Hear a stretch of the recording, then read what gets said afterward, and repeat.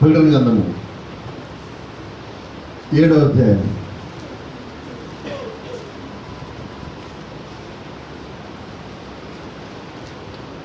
1 నుంచి మనం చదువుదాం. భూమి యొక్క 4 దిక్కులలో 4 దేవదూతలు నిలిచి ఉండి, భూమి మీదనైనను సముద్రము మీదనైనను ఏ చెట్టు మీదనైనను గాలి వీచకుండునట్లు భూమి యొక్క 4 దిక్కుల వాయువులను పట్టుకొని ఉండగా చూచితిని. మరియు సజీవుడకు దేవుని ముద్రగల వేరొక దూత సూర్యోదయ దిశ నుండి పైకి వచ్చుట చూచితిని. భూమికిని సముద్రమునకును హాని కలుగజేయుటకై అధికారము పొందిన ఆ 4 దూతలతో, ఈ దూత మేము మా దేవుని దాసులను వారి నొసళ్ళయందు ముద్రించు వరకు భూమికైనను సముద్రమునకైనను చెట్లకైనను హాని చేయవద్దని బిగ్గరగా చెప్పెను. మరియు ముద్రింపబడిన వారి లెక్క చెప్పగా వింటిని. ఇశ్రాయేలు గోత్రములన్నిటిలో ముద్రింపబడిన వారు 144,000 మంది. యూదా గోత్రములో ముద్రింపబడిన వారు 12,000 మంది. రూబేను గోత్రములలో 12,000 మంది. గాదు గోత్రములో 12,000 మంది. ఆషేరు గోత్రములో 12,000 మంది. నఫ్తాలి గోత్రములో 12,000 మంది. మనష్షే గోత్రములో 12,000 మంది. షిమ్యోను గోత్రములో 12,000 మంది. లేవి గోత్రములో 12,000 మంది. ఇస్సాకారు గోత్రములో 12,000 మంది. జెబూలూను గోత్రములో 12,000 మంది. యోసేపు గోత్రములో 12,000 మంది. బెన్యామీను గోత్రములో 12,000 మంది ముద్రింపబడిరి. అటు తరువాత నేను చూడగా, ఇదిగో ప్రతి జనములో నుండి, ప్రతి వంశములో నుండి, ప్రజలలో నుండి, ఆయా భాషలు మాట్లాడు వారిలో నుండి వచ్చి ఎవడును లెక్కింపజాలని ఒక గొప్ప సమూహము కనబడెను. వారు తెల్లని వస్త్రములు ధరించుకున్న వారై ఖర్జూరపు మట్టలు చేత పట్టుకొని సింహాసనం ఎదుటను గొర్రెపిల్ల ఎదుటను నిలవబడి, సింహాసనాసీనుడైన మా దేవునికిని గొర్రెపిల్లకును మా రక్షణకై స్తోత్రమని మహాశబ్దముతో ఎలుగెత్తి చెప్పిరి. ఆమేన్. దేవదూతలందరూ సింహాసనము చుట్టూను పెద్దల చుట్టూను ఆ 4 జీవుల చుట్టూను నిలవబడి ఉండిరి. వారు సింహాసనం ఎదుట సాష్టాంగపడి, ఆమేన్, యుగయుగముల వరకు మా దేవునికి స్తోత్రమును మహిమయు జ్ఞానమును కృతజ్ఞతాస్తుతియు ఘనతయు శక్తియు బలమును కలుగును గాక అని చెప్పుచు దేవునికి నమస్కారము చేసిరి. ఆమేన్. పెద్దలలో ఒకడు తెల్లని వస్త్రములు ధరించుకొని ఉన్న వీరెవరు, ఎక్కడి నుండి వచ్చిరని నన్ను అడిగాను. అందుకు నేను, అయ్యా నీకే తెలియననగా అతడు ఈలాగు నాతో చెప్పెను, వీరు మహాశ్రమల నుండి వచ్చిన వారు. గొర్రెపిల్ల రక్తములో తమ వస్త్రములను ఉదుక్కొని వాటిని తెలుపు చేసుకొనిరి. ఆమేన్. అందువలన వారు దేవుని సింహాసనం ఎదుట ఉండి రాత్రింబగళ్ళు ఆయన ఆలయములో ఆయనను సేవించుచున్నారు. సింహాసనాసీనుడైన వాడు తానే తన గుడారము వారి మీద కప్పును. వారి ఇక మీదట ఆకలి అయినను దాహమైనను ఉండదు.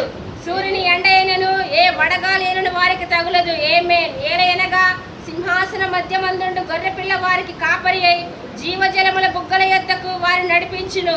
ఆమేన్. దేవుడే వారి కనుల నుండి ప్రతి బాష్ప బిందును తుడిచివేయును. ఆమేన్. జీవగల తండ్రి, జీవాధిపతి నాయన, నమస్కారం ప్రభా. నీ విశ్వాసంలో వచ్చి అతి ముఖ్యమైన లేఖన భాగం చదువుండగా నువ్వే మాతో సూటిగాను తేలిగాను స్పష్టంగా ప్రతి ఒక్కరికి అర్థమైన రీతిలో మాట్లాడమని ప్రభు యేసుక్రీస్తు నామములో స్తుతిస్తూ ప్రార్థిస్తూ వినయంగా అడిగి వేడుకుంటున్నాను. ఆమేన్. God bless you. Please be seated.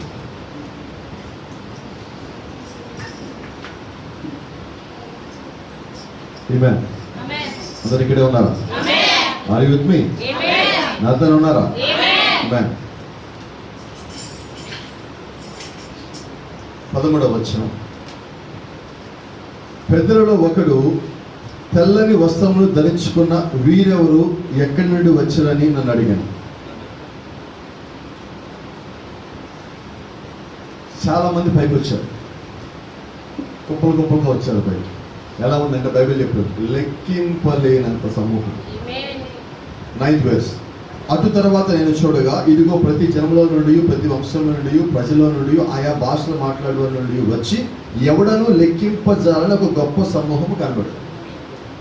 నేను అడుగుతున్నాను మిమ్మల్ని, who are they? Who are they? ఇది ఎన్నో అధ్యాయము? 7వ అధ్యాయం. వధువు పైకి ఎప్పుడు వెళ్తుంది? ప్రకటన ప్రకటన ఏ అధ్యాయం వధువు పైకి వెళ్తుంది? 4వ అధ్యాయం. మరి ఇక్కడ ఉన్న వీడెవరు? 4లో పైకి వెళ్తే 7లో ఉన్న వీడెవరు? వీడు కాకుండా పైన లెక్క పెట్టి 144 మంది ఎవరు? 144,000 మంది ఎవరు? 4వ అధ్యాయంలో పైకి వెళ్ళింది ఎవరు? 7వ అధ్యాయంలో పైకి వస్తున్నా లెక్క పెట్టలేని గొప్ప జన సమూహం వీడెవరు? ఇది కన్ఫ్యూజ్ చేస్తుంది అంటారు. అయితే ఒక మాట చెప్తా, వధువు ఎప్పుడు కన్ఫ్యూజ్ అవుతుందా? ఎందుకని అవ్వదంటే వధువు ఎవరు ఆత్మ కలిగి ఉన్నది? ఈ గ్రంథకర్త ఆత్మ కలిగి ఉన్నది. ఈ గ్రంథకర్త ఆత్మ నీ లోపల ఉన్నప్పుడు ఈ గ్రంథకర్త రాసింది నీకు తెలుస్తుంది. ఈ గ్రంథకర్త ఆత్మ లేకపోతే నీకు అది అర్థం కాదు. నువ్వు ఈ గ్రంథకర్త ఆత్మను కలిగి ఉంటమే కాదు, ఈ గ్రంథకర్తలో నువ్వు భాగమై ఉన్నావు. హల్లెలూయా. సో ఈ గ్రంథకర్త నీకు దీన్ని బయలుపరచడం కొరకు ఆయనే మళ్ళా పరిశుద్ధాత్మ ఇచ్చున్నాడు. సో పరిశుద్ధాత్మ ఎవరిచ్చారు? ఎవరికి ఇచ్చారు? రాసి చెప్పనా? పరిశుద్ధాత్మ ఆయన ఎవరికి ఇవ్వాల?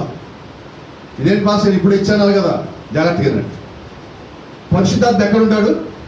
క్రీస్తు లోపల, రైట్? మనం ఎక్కడ ఉన్నాము? పరిశుద్ధాత్మ ఎక్కడికి వెళ్ళింది ఇప్పుడు? ఆ శరీరంలోనే ఉంది. క్రీస్తు అనే శరీరం లోపలే ఉంది. సో బయటకి ఎక్కడికి పోలేదండి, మనం బయటకి ఎక్కడికి రాలేదండి, అక్కడే ఉన్నాం. అయితే మనం ఎత్తుకుంటున్నాం బికాస్ ఆఫ్ స్పిరిచువల్ అమ్నెషియా. ఆత్మీయమైన మతిమరుపు కారణం చేత మనల్ని మనం ఎత్తుకుంటున్నాం. ఎప్పుడైతే మనకి మనం తెలిసామో మనం ఏం చేస్తామంటే లోకం నుంచి ఒక అడుగు వెనక్కేస్తాం, క్రీస్తు లోపల అడుగు పెడతాం. అడుగు పెట్టామని తెలుసుకుంటామండి. నువ్వు కొత్తగా అడుగు పెట్టేది ఏదీ లేదు. ఈరోజు నేను ఎప్పుడు చెప్తామంటా, నీ లోపల నుంచి అన్ని బయటకు వస్తాయి కానీ బయట నుంచి ఏది బయటికి రాదు. అన్ని దేవుడు ముందుగా నీ లోపల పెట్టున్నాడు. ఇప్పుడు మరి ఈరోజు యవనస్తులు పాటలు పాడున్నారు. ఈ పాటలు ఈ యొక్క గిఫ్ట్ దేవుడి లోపల ఎప్పుడు పెట్టారు తెలుసా? అమ్మా చాలా మంది అనుకుంటారు. ఈరోజు ఒక మాట చెప్పు, ఈరోజు సిరి ఫస్ట్ టైం పాడబడ్డాను అదే చర్చ్లో, అవునా? ఇప్పుడు దాకా పాడి ఇదే మొదటి రోజు పాడింది. అయితే అందరూ అనుకుంటారు ఏమో ఫస్ట్ టైం పాడింది అనుకుంటారు. అయితే వాస్తవంగా ఏంటంటే ఈ గిఫ్ట్ని దేవుడు ఎప్పుడో పెట్టున్నాడు. అది ఐడెంటిఫై చేసి అది గుర్తించబడి దేవుళ్ళు ఈ రోజు వాడబడింది. నేనేమంటాను, అది నీ యొక్క స్థానం నువ్వు తెలుసుకోవటం అంటారు. అలాగే వాక్యం దగ్గరికి వచ్చినప్పుడు నువ్వు వధువులకు తెలిసినప్పుడు నీ స్థానం ఏంటో నీకు తెలిసినప్పుడు నీ యొక్క జీవితం మారుతుంది. అప్పుడు దాకా మారదండి.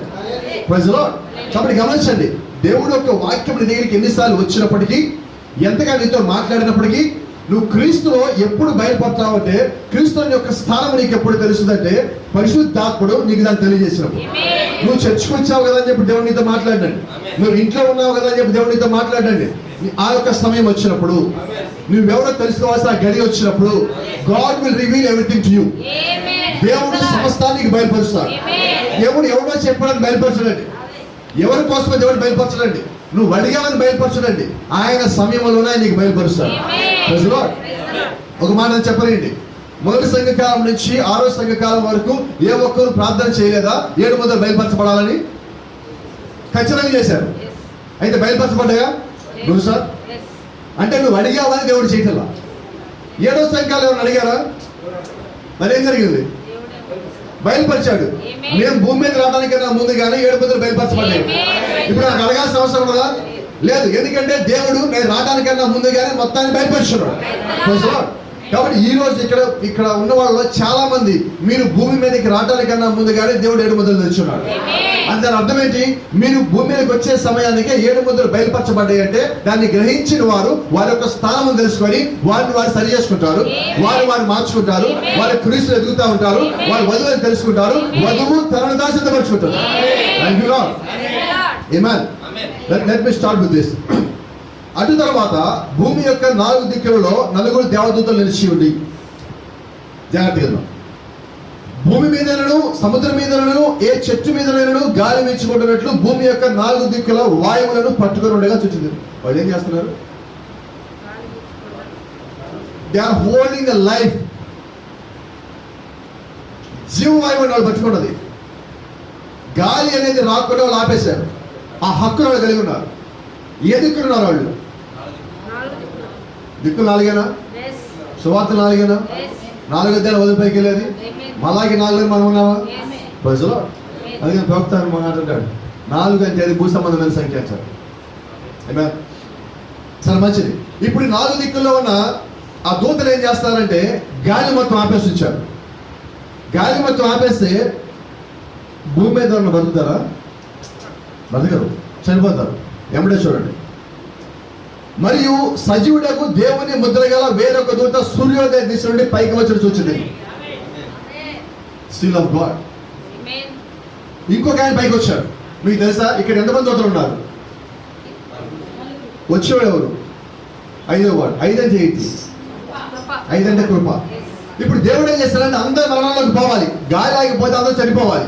అయితే దేవుడు ఏం చేస్తాడంటే కృపను పైకి లేపాడు. మరియు సజీవుడకు దేవుని ముద్ర గల వేరొక దూత సూర్యోదయ దిశ నుండి పైకి వచ్చి చూచితిని. భూమికిని సముద్రముకును హాని కలుగు చేయటికై అధికారం పొందిన ఆ 4 దూతలతో. ఆ 4 అంటే ఒక నిమిషం ఆగండి. మీ పని మీరు చేతులు కానీ అయితే కొద్దిగా ఆగండి. ఇప్పుడు నా దగ్గర ఒక ముద్ర ఉన్నది, ఇది దేవుడి ముద్ర. కాబట్టి ఇప్పుడు దేవుడి ముద్ర నువ్వు కలిగి ఉన్నప్పుడు నువ్వేం చెప్పావు వినాల్సిందే. ఎందుకంటే దేవుడి ముద్ర కలిగిన వాడు ఈ కాలపు ప్రవక్త, దేవుడి ముద్ర కలిగిన వాడు దేవుడి యొక్క ప్రవక్తలు, దేవుడి ముద్ర కలిగిన వాడు దేవుడి చేత పిలువబడిన వారు. మరి ఇదంతా వాళ్ళే ఉన్నప్పుడు వాళ్ళు చెప్పింది మనం వినాల్సిందే. మనం కాదండి, ఆ 4 దిక్కుల నుంచి వచ్చిన దూతల వాళ్ళు ఆగిపోయారు. ఎందుకంటే ఆ ముద్రను బట్టి. ఆ ముద్రను తెలుసా? పరిశుద్ధాత్మ ముద్ర. ఆ ముద్రను తెలుసా? దేవుడి యొక్క ముద్ర. ఆ ముద్రను తెలుసా? సజీవుడైన దేవుడి యొక్క ముద్ర కలిగిన, జీవం కలిగిన దేవుడి యొక్క ముద్ర. ఆ ముద్ర చూడగా ప్రతి ఒక్కరు ఆగిపోవాల్సిందే. ఈ 4 దూతలు ఆగిపోయారు అని అంటారు చూడండి. ఆ 4 దూతలతో ఈ దూత, మేము మా దేవుని దాసులను వారి నొసల యందు ముద్రించే వరకు భూమికెళ్ళను, సముద్రముకెళ్ళను, చెట్లకెళ్ళను హాని చేయవద్దని బిగ్గరగా చెప్పాడు. ఎవరికైనా హాని చేయొద్దు. భూమికి, సముద్రానికి, చెట్లకి. ఎందుకని? మా దేవునికి 10 వాళ్ళు ఉన్నారు, వాళ్ళని ముద్రించాలి. ఈ 4 పనులు ఉన్నాయి. నాకు అనుకున్నాం 4 కూర్చోమన్న సంఖ్య. ఈ 4వ పని చేయాలంటే మిగిలిన 3కి ఏం చేయకూడదు? హాని చేయకూడదు. ఈ హాని చేయకుండా ఆపుతున్నాడు ఎవరు? 5వ దూత. అక్కడ ఆ మధ్యలో వచ్చిన వేరొక దూత. ఈ 4 పంపించిన ఎవరు? దేవుడే. ఈ 5వ పంపించిన ఎవరు? దేవుడే. అంటే దేవుడు ఏం చేస్తాడంటే ఆయన సమయం అయిపోయినప్పుడు ఆయన ఉగ్రతను పంపిస్తానని చెప్పినప్పుడు సరి చేసుకోకపోతే ఆ సమయానికి ఆయన ఉగ్రతను పంపిస్తాడు. అయితే పంపించినప్పుడు దేవుడు ఏం చేస్తాడంటే మళ్ళా ఆయన మార్గాన్ని కూడా పంపిస్తాడు. ప్రవక్త అన్నాడు, దేవుడు ప్రతి కాలంలో తన బిడ్డలు తప్పించుకోవడానికి మార్గాన్ని ఏర్పాటు చేశాడు. ప్రతి కాలంలో. ఆమేన్. ప్రపంచంలో మిగిలిన కాలాల్లో నివసించిన వారికి ఈ జనరేషన్లో ప్రత్యేకంగా గత సంవత్సరం జీవించిన వారికి అర్థమవుతుంది. వాళ్ళకి అర్థం కాదు చాలా విషయాలు. ఎంత ఉగ్రత వచ్చిందో మీకు అందరూ తెలుసు. ప్రపంచం తలగదలు అయిపోయింది. ఇప్పుడు దాకా ఎప్పుడు జరగని విధముగా చర్చలు మొదలుపడ్డాయి. సంఘంలో ఆరాధన ఆగిపోయింది, సంఘంలో పాటలు ఆగిపోయింది, ఇళ్ళ నుంచి బయటకు వెళ్ళడం మానేస్తాం. ఉందామా పోదామా అని తెలిసిద్దా మనం గెలుపున్నాం. అయితే దేవుడు తన బిడ్డలకి మార్గం ఏర్పరచలేదా? మళ్ళీ మనం కొనుక్కోలేదా? మళ్ళీ మనం ఆరాధన చేయటం లేదా? మళ్ళీ మనం ఉత్సాహించడం లేదా? ఇవన్నీ ఏంటంటే దేవుడు మార్గం ఏర్పరిచి మనల్ని బయట తీసుకుని వచ్చాడు. కాబట్టి దేవుడు తన బిడ్డలు ప్రేమిస్తాడా? ఎందుకు ఎదుర్కొన్నా? మరియు ముద్రింపబడిన వారు లెక్క చెప్పగా ఉంచింది. ఇశ్రాయేలు గోత్రములన్నిటిలో ముద్రింపబడిన వారు ఏ గోత్రములో? ఇశ్రాయేలు గోత్రములో. ప్రజలో ఈ కాల ప్రవక్త అంటున్నాడు, ఇశ్రాయేలు ఎవరు అంటే అబ్రహాం నుంచి వచ్చినవారు. అబ్రహాం నుంచి ఇస్సాకు వచ్చాడు, ఇస్సాకు నుంచి యాకోబు వచ్చాడు, యాకోబు నుంచి రూబేన్ నుంచి బెన్యామిన్ వరకు 12 మంది వచ్చారు. ఆ 12 మంది గోత్ర పెద్దలు. వాళ్ళ గోత్రం నుంచి వచ్చిన వాళ్ళ సంతానం మాత్రము ఈ 12 గోత్రాలు. సో వీళ్ళందరికీ మూల పురుషుడు ఎవరు? అబ్రహాం. ఒక రకంగా అబ్రహాం మనకు కూడా మూల పురుషుడే. అయితే మనకి ఆత్మ సంబంధంగా, వీళ్ళకేమో శరీర సంబంధంగా, వీళ్ళకి సున్నతి ద్వారా ఆయన మూల పురుషుడైతే మనకేమో బాప్తిజం ద్వారా విశ్వాసం ద్వారా మూల పురుషుడైన. కాబట్టి గమనించండి, ఇప్పుడు అబ్రహాం ఎవరు? వీళ్ళందరికీ మూల పురుషుడు. సరే, అసలు అబ్రహాం ఎవరు? అబ్రహాము కుమారుడా దాసుడా? కుమారుడా దాసుడా? చూడండి, if you read the Bible, God never said one time that Abraham is my son, but he said Abraham is my servant. Bible మొత్తంలో దేవుడు ఎక్కడా కూడా అబ్రహాము నా కుమారుడు అనలేదు, కానీ అబ్రహాము నా దాసుడు అన్నాడు. షూర్? ఆమేన్. చూడండి ఇప్పుడు 3వ వచనం. ఈ దూత, మేము మా దేవుని దాసులను వారి నొసళ్ళ యందు ముద్రించే వరకు. ఎవరిని ముద్రిస్తున్నారు ఆయన? దేవుని దాసులు. అంటే దాసులు అంటే ఎవరు? పనివారు. ప్రవక్తలు ఎవరు? పనివారేనా? ఎవరికి పనివారు? దేవునికి పనివారు. దేవునికి పనివారు అయితే వాళ్ళు దేవునికి పని చేయాలి. ఎవరికి చెప్పేవారు? ఎవరికి పని చేయకూడదు. రైట్. అయితే ఇప్పుడు ఆ ప్రవక్తలు వచ్చి మనకెందుకు పని చేస్తున్నారు? సంగతి తెలుసా? వాళ్ళు మనకి చేయట్లేదండి, దేవుడికే చేస్తున్నారు. అయితే మనం దేవుళ్ళలో భాగమై ఉన్నాము కాబట్టి వాళ్ళు మనకి పని చేస్తున్నారు. కాబట్టి ఆ కృప దేవుడు వాళ్ళకి ఇచ్చాడు. ప్రవక్తలతో బోధించిన తర్వాత సరిచేయబడే కృప మనకి ఇచ్చున్నాడు. కాబట్టి ఇక్కడ దేవుడు ఏం చేస్తారంటే, గతంలో మీకు చెప్పా, మళ్ళీ జ్ఞాపకం చేస్తున్నా. దేవుడు కొండ మీద దిగొచ్చి మోషేతో మాట్లాడుతున్నప్పుడు, లేకపోతే అక్కడ ప్రజలతో మాట్లాడుతున్నప్పుడు ప్రజలు భయపడ్డారు. ప్రజలు అడిగారు, అయ్యా దేవా, నువ్వు మాతో మాట్లాడద్దు, నువ్వు మాట్లాడితే నీ స్వరము మాకు భయం కలుపుతుంది, మాకు చెమటలు పడుతున్నాయి, మాకు కళ్ళు తిరిగి పడిపెట్టేట్టుగా అనిపిస్తున్నది. సో నువ్వు నేరుగా మాతో మాట్లాడద్దు, నువ్వు మోషేతో మాట్లాడు. నువ్వు మోషేతో ఏం చెప్పావో మోషే ఆ సంగతులు మాకు చెప్తే మేము ఆ పని చేస్తాం. కాబట్టి నువ్వు నేరుగా మాకు చెప్పొద్దు. మోషేతో నువ్వు పలికిన ప్రతి మాట నీ మాటని గ్రహించి మోషే చెప్పినట్టుగా మేము చేస్తాం. ఇప్పుడు దేవుడు ఏమన్నాడు తెలుసా? సరే, ప్రవక్తలు ఎలా వచ్చారు? ప్రజలు అడిగారు, నువ్వు మాతో మాట్లాడద్దు, ఈయనతో మాట్లాడు. దేవుడు సరే అన్నాడు. అప్పటి నుంచి దేవుడు ప్రవక్తను పంపిస్తున్నాడు. ఆయన నేరుగా మాట్లాడటల్లా, ఆయన ప్రవక్తతో మాట్లాడి ప్రవక్తను పంపించి ప్రవక్త దేవుడి దగ్గర నుంచి పొందుకున్నది ఆయన ఒక బిడ్డలుగా చెప్తా ఉన్నాడు. అయితే ఇప్పుడు ప్రవక్త చెప్పింది కాకుండా నేను సొంతంగా తీసుకుంటే నాకు అర్థమవుతుందా? అర్థం కాదు. ఎందుకని అర్థం కాదంటే దేవుడు ఒక మార్గాన్ని ఏర్పరిచాడు. నువ్వు ఆ మార్గాన్ని నేర్పేది నీకు అర్థమవుతుంది. నీ సొంత జ్ఞానంతో, నీ సొంత ప్రత్యక్షతో నువ్వు దాన్ని దేనికి వెళ్ళినప్పుడు నీకు అర్థం కాదు. Is that right? ఆమేన్. ఈ కాల ప్రవక్త ఒక చోట పని చేస్తున్నాడు. ఆయన పేరు చార్లీ బొహానన్. ఆయన దగ్గర పని చేస్తున్నాడు. అప్పుడు ఈయన బైబిల్ అప్పుడప్పుడు చదువుకుంటున్న వ్యక్తి, అప్పుడప్పుడు వాక్యం చదువుతున్నాడు. ఈయన అక్కడ పని చేస్తున్నాడు. ఆయన ఆ బొహానన్ ఆయన ఈయనకి బాస్. ఆయన కింద పనిచేసే ఒక ఉద్యోగిగా ఉన్నాడు. Praise the Lord. ఈయన బైబిల్ చదువుతాడని తెలిసి ఈయన దగ్గరికి వచ్చి ఆ చార్లీ అని ఆయన వచ్చి ఒక మాట్లాడినాడు. ప్రకటన రాసినప్పుడు అన్నాడు, John must have eat some red pepper and had a nightmare out of there on the Patmos Island. మీరు ఆ పద్మాస్ ద్వీపంలో ఉన్నప్పుడు యోహాను ఆ రోజు రాత్రి ఏదో ఎర్ర మిరపకాయలు తిని ఉంటాడు, అందుకని చిత్రమైన కళలు వచ్చింది, అందుకని ప్రకటన అంత అర్థం కాబట్టి అలా రాశాడు. చదువుతున్నాడు, Miss Bohanan, you should not have said that. నువ్వు అలా చెప్పకూడదు బొహానన్ గారు, నువ్వు పెద్దలవై తగి ఉండొచ్చు, అధికారమై తగి ఉండొచ్చు అని అన్నాడు. He was my boss and supervisor. ఆయన నాకు పైన అధికారి అయినా కూడా ఆయన ఏమన్నాడంటే నువ్వు అట్లా అనకూడదాను అని అంటున్నాడు. Well, who is in the world could understand that? అసలు ఆ ప్రకటన అర్థం చేసిన ప్రపంచం ఎవరు ఉన్నాడా? నేను అంటారా, ఇక్కడ ఉన్నారా? ఉన్నారా ఇక్కడ? చూడండి ప్రవక్త ఎంత సింపుల్ చెప్తాడంటే, ఇట్స్ అండర్స్టూడ్, అర్థమవుతుంది. It will be understood when the Holy Spirit ready to reveal it అని పరిశుద్ధాత్మ బయలుపరచాలనుకున్నప్పుడే అర్థమవుతుంది. సో దాని అర్థం ఏంటి? నేను గ్రంథం చదవగానే నాకు వచ్చేసి నాకు తెలిసిపోయింది అనొద్దు, వర్తమాన పుస్తకాలుగా నాకు అంత అర్థమైపోయింది అనొద్దు. అది ఎవరు బయలుపరచాలా? పరిశుద్ధాత్మ. ఫస్ట్ చూడు, it will be understood when the Holy Spirit is ready to reveal it. పరిశుద్ధాత్మ నీకు తెలియచేయాలని సిద్ధపడినప్పుడు అది నీకు అర్థమవుతుంది. Thank you lord. సో ఈ రోజు మనం చదివిన ఈ లేఖన భాగం అర్థం కావాలంటే ఏం జరగాల? పరిశుద్ధాత్మ దీన్ని నీకు బయలుపరిస్తే నీకు అర్థమవుతుంది. అన్నాడు చూడు, ఆయన ఇంకా ఆపలా అన్నాడు, ఓ మై నిజమా అని అన్నాడు. I try to read it and my pastor try to read it. నువ్వు ఏమో పరిశుద్ధాత్మ బయలుపరిస్తే అర్థమవుతాడు రావు. నేను దాన్ని చదివాను, ప్రయత్నం చేసి చదవటానికి. మా పాస్టర్ కూడా చదవడానికి ప్రయత్నం చేశాడు. And we got such awful fix. చివరికి ఇది భయంకరమైన చాలా ఘోరమైందని మేము ఫిక్స్ అయ్యాం. వాళ్ళు ఏం ఫిక్స్ అయ్యారు తెలుసా? ఇదే లేఖన భాగం చదివిన తర్వాత, the bride standing on the mount సైనాయ్, 14th chapter, 1st verse.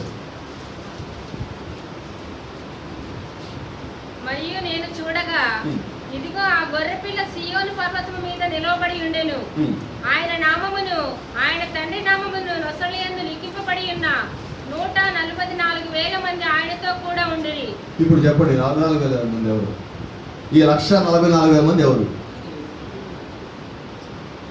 7వ అధ్యాయంలో వాళ్ళు ఎవరు బయలుపరుస్తారా? మనకి చెప్పుకుంటే అర్థం కాదు. ఎవరు బయలుపరచాలంటే పరిశుద్ధాత్మ బయలుపరచాలి. అది ప్రవక్త అన్నాడు, స్పష్టంగా చూడండి. మరియు నేను చూడగా ఇదిగో ఆ గొర్రె పిల్ల సీయోను పర్వతం మీద నిలబడి ఉండెను. ఆయన నామము ఆయన తండ్రి నామమును నొసళ్ళ యందు లెక్కింపబడి ఉన్నా. ఆ నొసల మీద ఏమన్నది? ఆయన తండ్రి నామము. ఆ నలుగురు దూతలు దేని కొరకు కిందకు వచ్చారు? ఆయన తండ్రి నామం అని. వాడు నొసళ్ళ మీద ముద్రించడానికి వాళ్ళు వచ్చారు. ఇక్కడ నిలబడిన వాళ్ళు ఎవరు? ఆల్రెడీ ముద్ర వేయబడ్డవాళ్ళు. అక్కడేమో ముద్ర వేయటానికి వచ్చారు. వీళ్ళేమో ముద్ర వేయించుకున్న వాళ్ళు ఇక్కడ ఉన్నారు.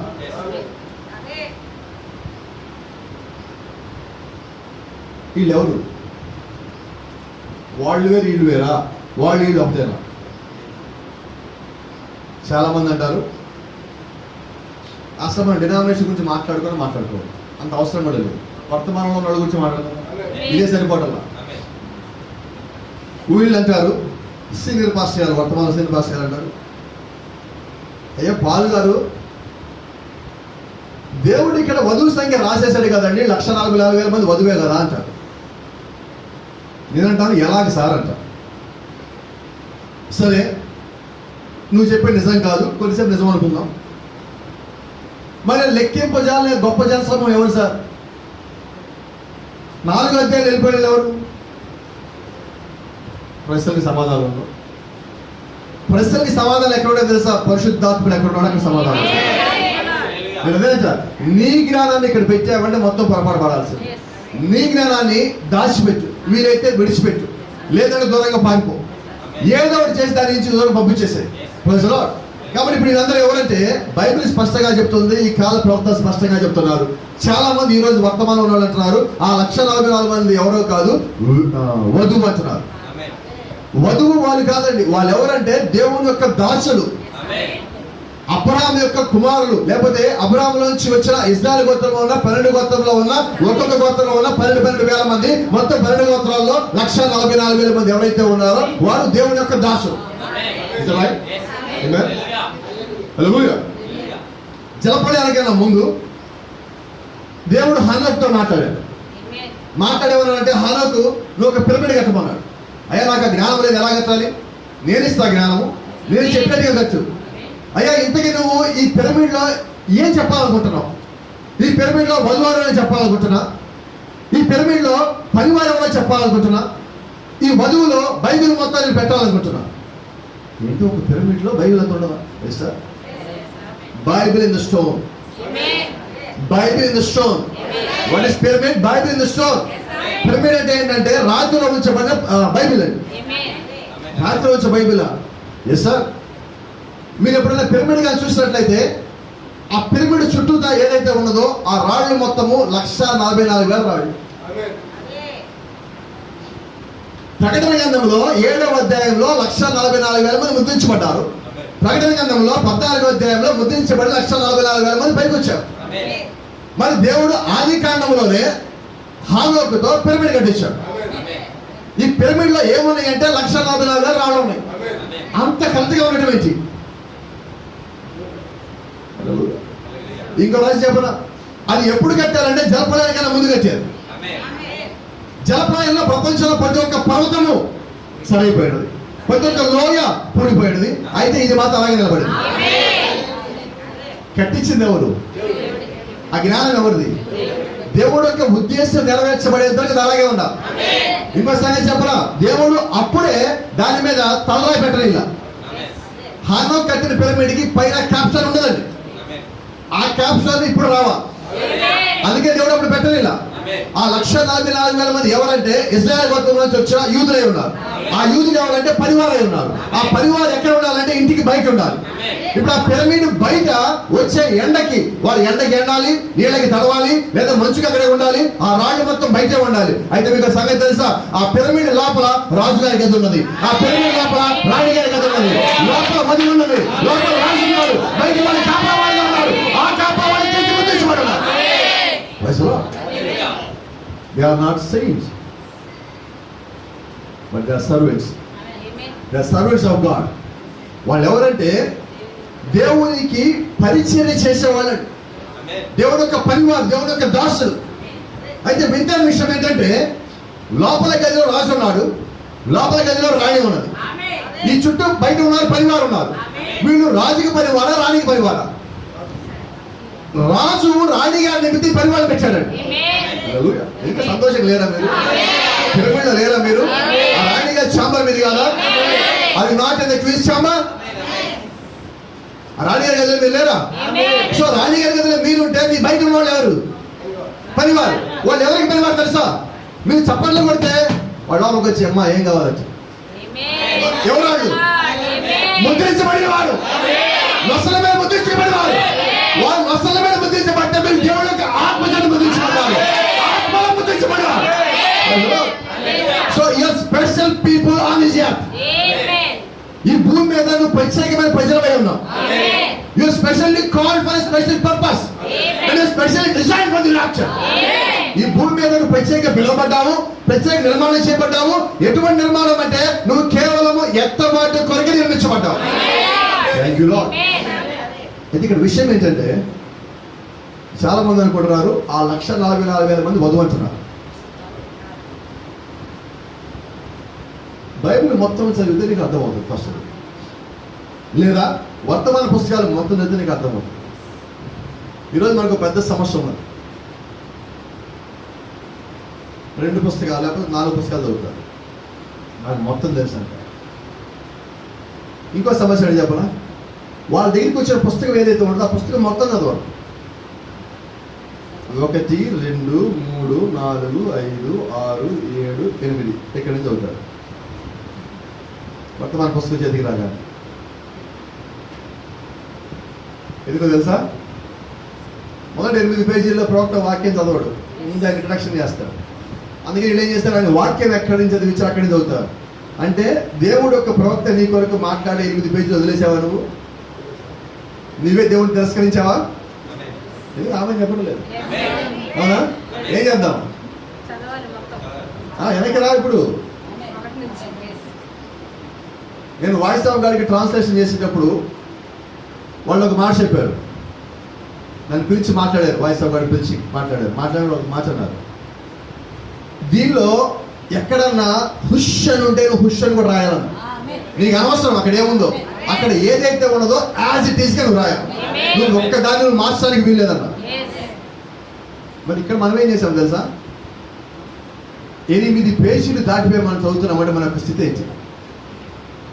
మనం ఏం వదిలిపెట్టినట్టు? ఒక్క మాటకి వాళ్ళు అంత ప్రాముఖ్యత ఇస్తున్నారంటే మనం ఎంత ప్రాముఖ్యత ఇవ్వవలసి ఉన్నది. దేవుని యొక్క వాక్యం నీ దగ్గరికి వచ్చినప్పుడు, నువ్వు పరిపూర్ణమైన దేవుని వాక్యం పూర్తిగా సరెండర్ అయిపోయినప్పుడు, నువ్వు అది చిన్నదా పెద్ద చూడు పూర్తిగా లాభం తీసుకోవాల్సిందే. దేవుని నామానికి మహిమ కలుగును గాక. కాబట్టి గమనించండి, ఎవరో చెప్పారని అది వధువని మనం నమ్మట్లా, ఎవరో చెప్పలేదని అది వధువని మనం నమ్మట్లా. అది ఎలా నమ్ముతున్నామంటే పరిశుద్ధాత్ముడు నీకు బయలుపరచడం ద్వారా. ఇలా ప్రభుత్వం ఏమంటున్నాడు? ఎవరు దాన్ని బయలుపరచాల్సింది? It will be understood when the Holy Spirit ready to reveal you.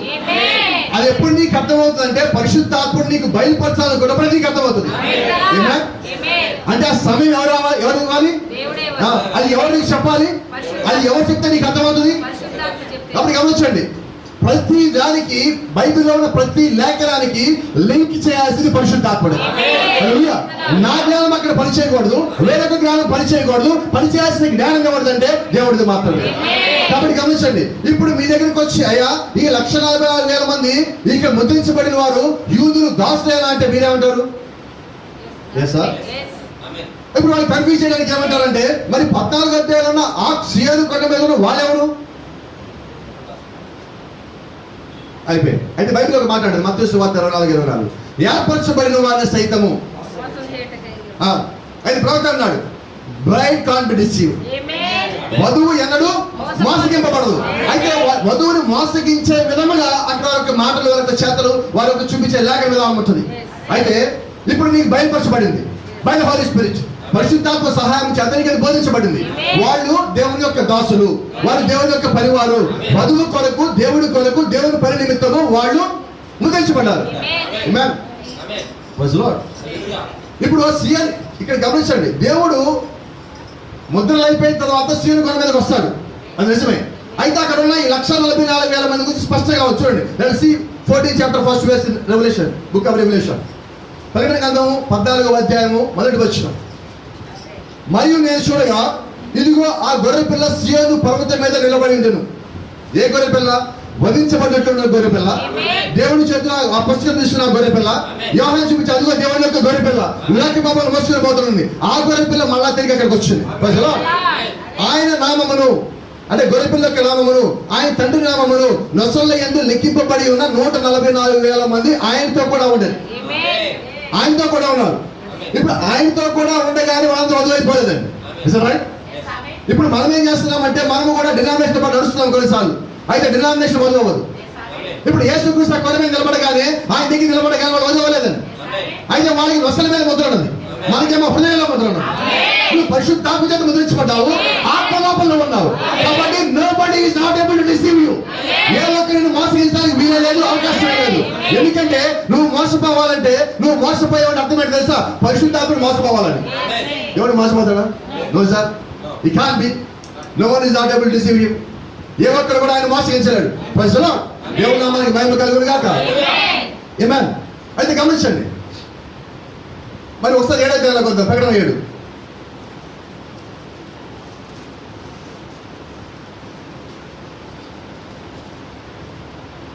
Ninth verse.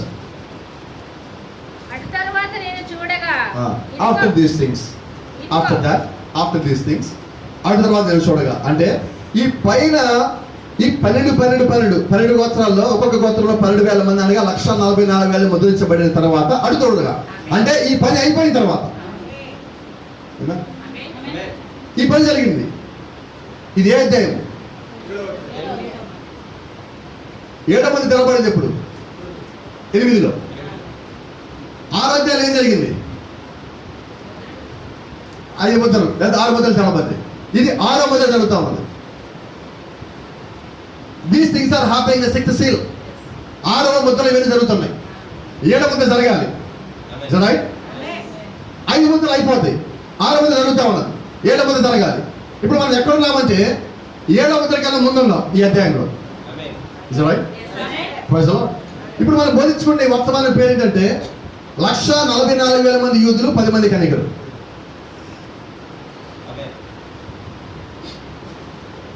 Thank you lord.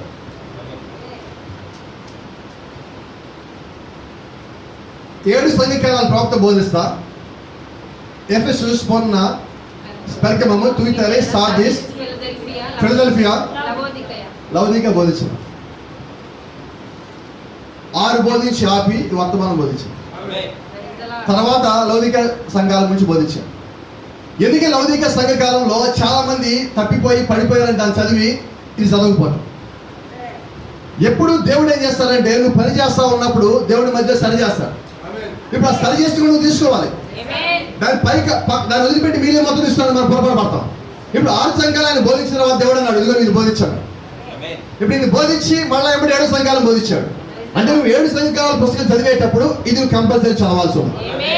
ఎందుకంటే దేవుడు ప్రత్యేకంగా ఆ సంఘకాలను ఆపించి ఈ విషయాన్ని మనకు బోధించాడు. అంటే ఖచ్చితంగా మనకు సంబంధించి ఏంటో దీనిలో దేవుడు దాచిపెట్టున్నాడు. So it's a protocol, it's a order. అది ఒక క్రమమై ఉన్నది. ఆ క్రమంలో నువ్వు వెళ్ళినప్పుడు ఎవరు పడగొట్టలేడు. దేవుడు మనకి మహిమ కలుగును గాక. అయితే 7 సంఘకాల పుస్తకం ముద్రించినప్పుడు వాళ్ళు ఏం చేశారంటే ఈ పుస్తకాలు పక్కన తీసి మిగిలిన మొత్తం కలిపి ముద్రించారు. ఇది మంచిదే, ఆ 7 సంఖ్యలు వరుసగా ఉంటాయి కానీ. అయితే దాంతో పాటు ఈ పుస్తకం కూడా ప్రింటింగ్ చేసినట్లయితే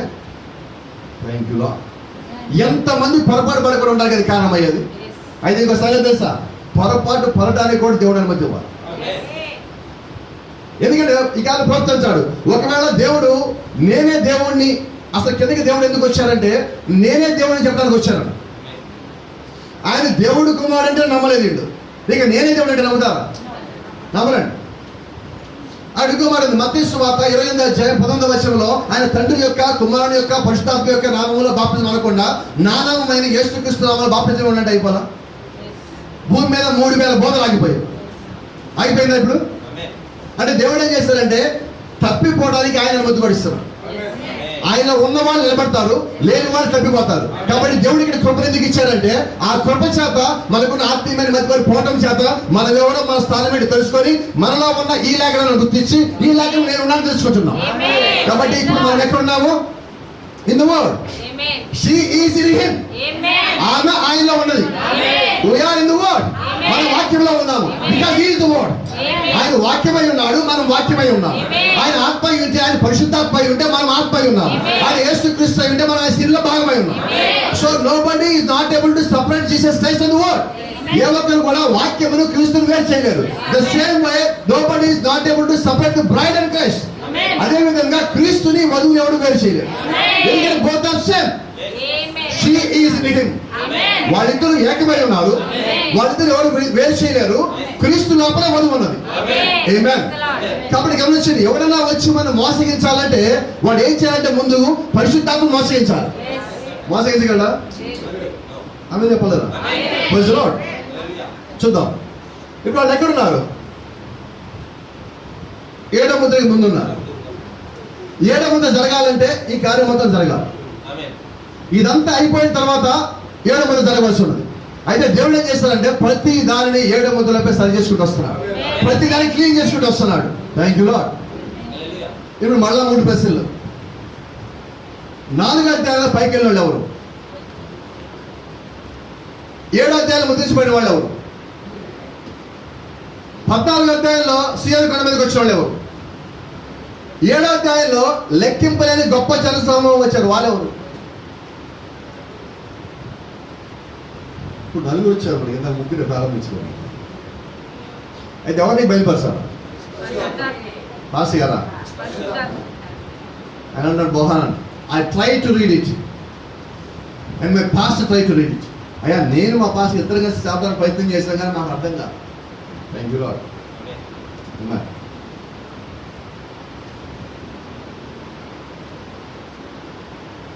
థ్యాంక్ యూ లార్డ్.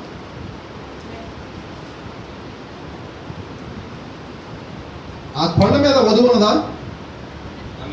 ఉన్నది. ముద్రించబడిన పని వాళ్ళు ఉన్నారా? ఉన్నారు. అదే కాలంలో విడబడి వాళ్ళు ఉన్నారా? ఉన్నారు. ప్రవక్త అంటాడు దేవుడు సంఘం 2 భాగాలు విడగొచ్చాడు. ఏంటి 2 భాగాలంటే ఆత్మ కలిగిన వాడు, ఆత్మ లేని వాడు. లేకపోతే నిద్రిస్తున్న కనికలు, మెలకుగా ఉన్న కనికలు. మనకి అర్థం భాష మాట్లాడుకుందాం. నిద్రపోయేవాళ్ళు, మెలకుకున్నవాళ్ళు. మనం దేంట్లో ఉన్నాం? ఎట్లా చెప్పారండి మీరు? చాలా మంది అనుకుంటారు మనం చర్చిలోకి వచ్చి పడుకుంటాం కదా ఈ మెలకువేమనుకోండి. అది కాదు sir. I'm not talking about that. మనం దేని గురించి మాట్లాడతామంటే వాక్యం నీ లోపల ఉండే దాని గురించి మాట్లాడుతున్నాం. పరిశుద్ధాత్మ నీ లోపల ఉండే దాని గురించి. మీరు గమనించండి, ఎవరు మెలకుగా ఉన్నవాళ్ళు అంటే you know what profit sir? Those who have the oil. ఏంటంటే ఎవరి దగ్గర అయితే ఆ నూనె ఉన్నదో, ఏ నూనె? ఏ నూనె? పరిశుద్ధాత్మ కలిగిన నూనె. వాక్యము బయలుపరచబడిన నూనె. మీకు తెలుసా నూనె అంటే ఏంటో? తెరవబడిన వాక్యమై ఉన్నది. నింపబడిన దేవుడు ఆత్మ ఉన్నది. సమస్తాన్ని బోధించే ఆత్మ ఉన్నది. ఆమేన్. ఇప్పుడు నువ్వు ఏది కలిగి ఉన్నావంటే నిద్రిస్తున్న వధువుకి ఆలోచన, ఆమె కదలిక ఉండదు. ఆమె నిదానం చదువుతూ ఉంటుంది.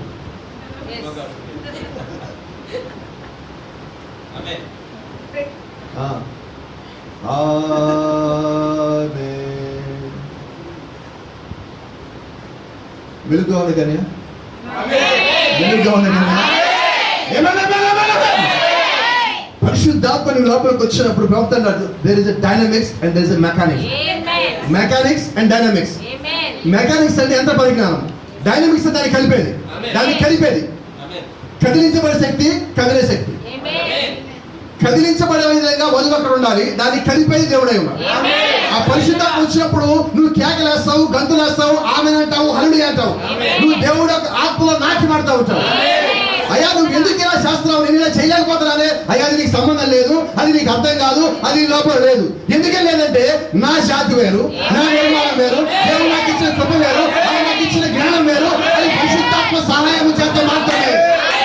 It will be any pastor, not by any revelation, but by the Spirit of God. ఏ ఒక్క పాస్టర్ నీకు ఇవ్వలేడు, ఏ ఒక్క జ్ఞానం నీకు ఇవ్వలేదు. దేవుడి యొక్క పరిశుద్ధాత్మ సహాయం చేత మాత్రమే జరుగుతుంది.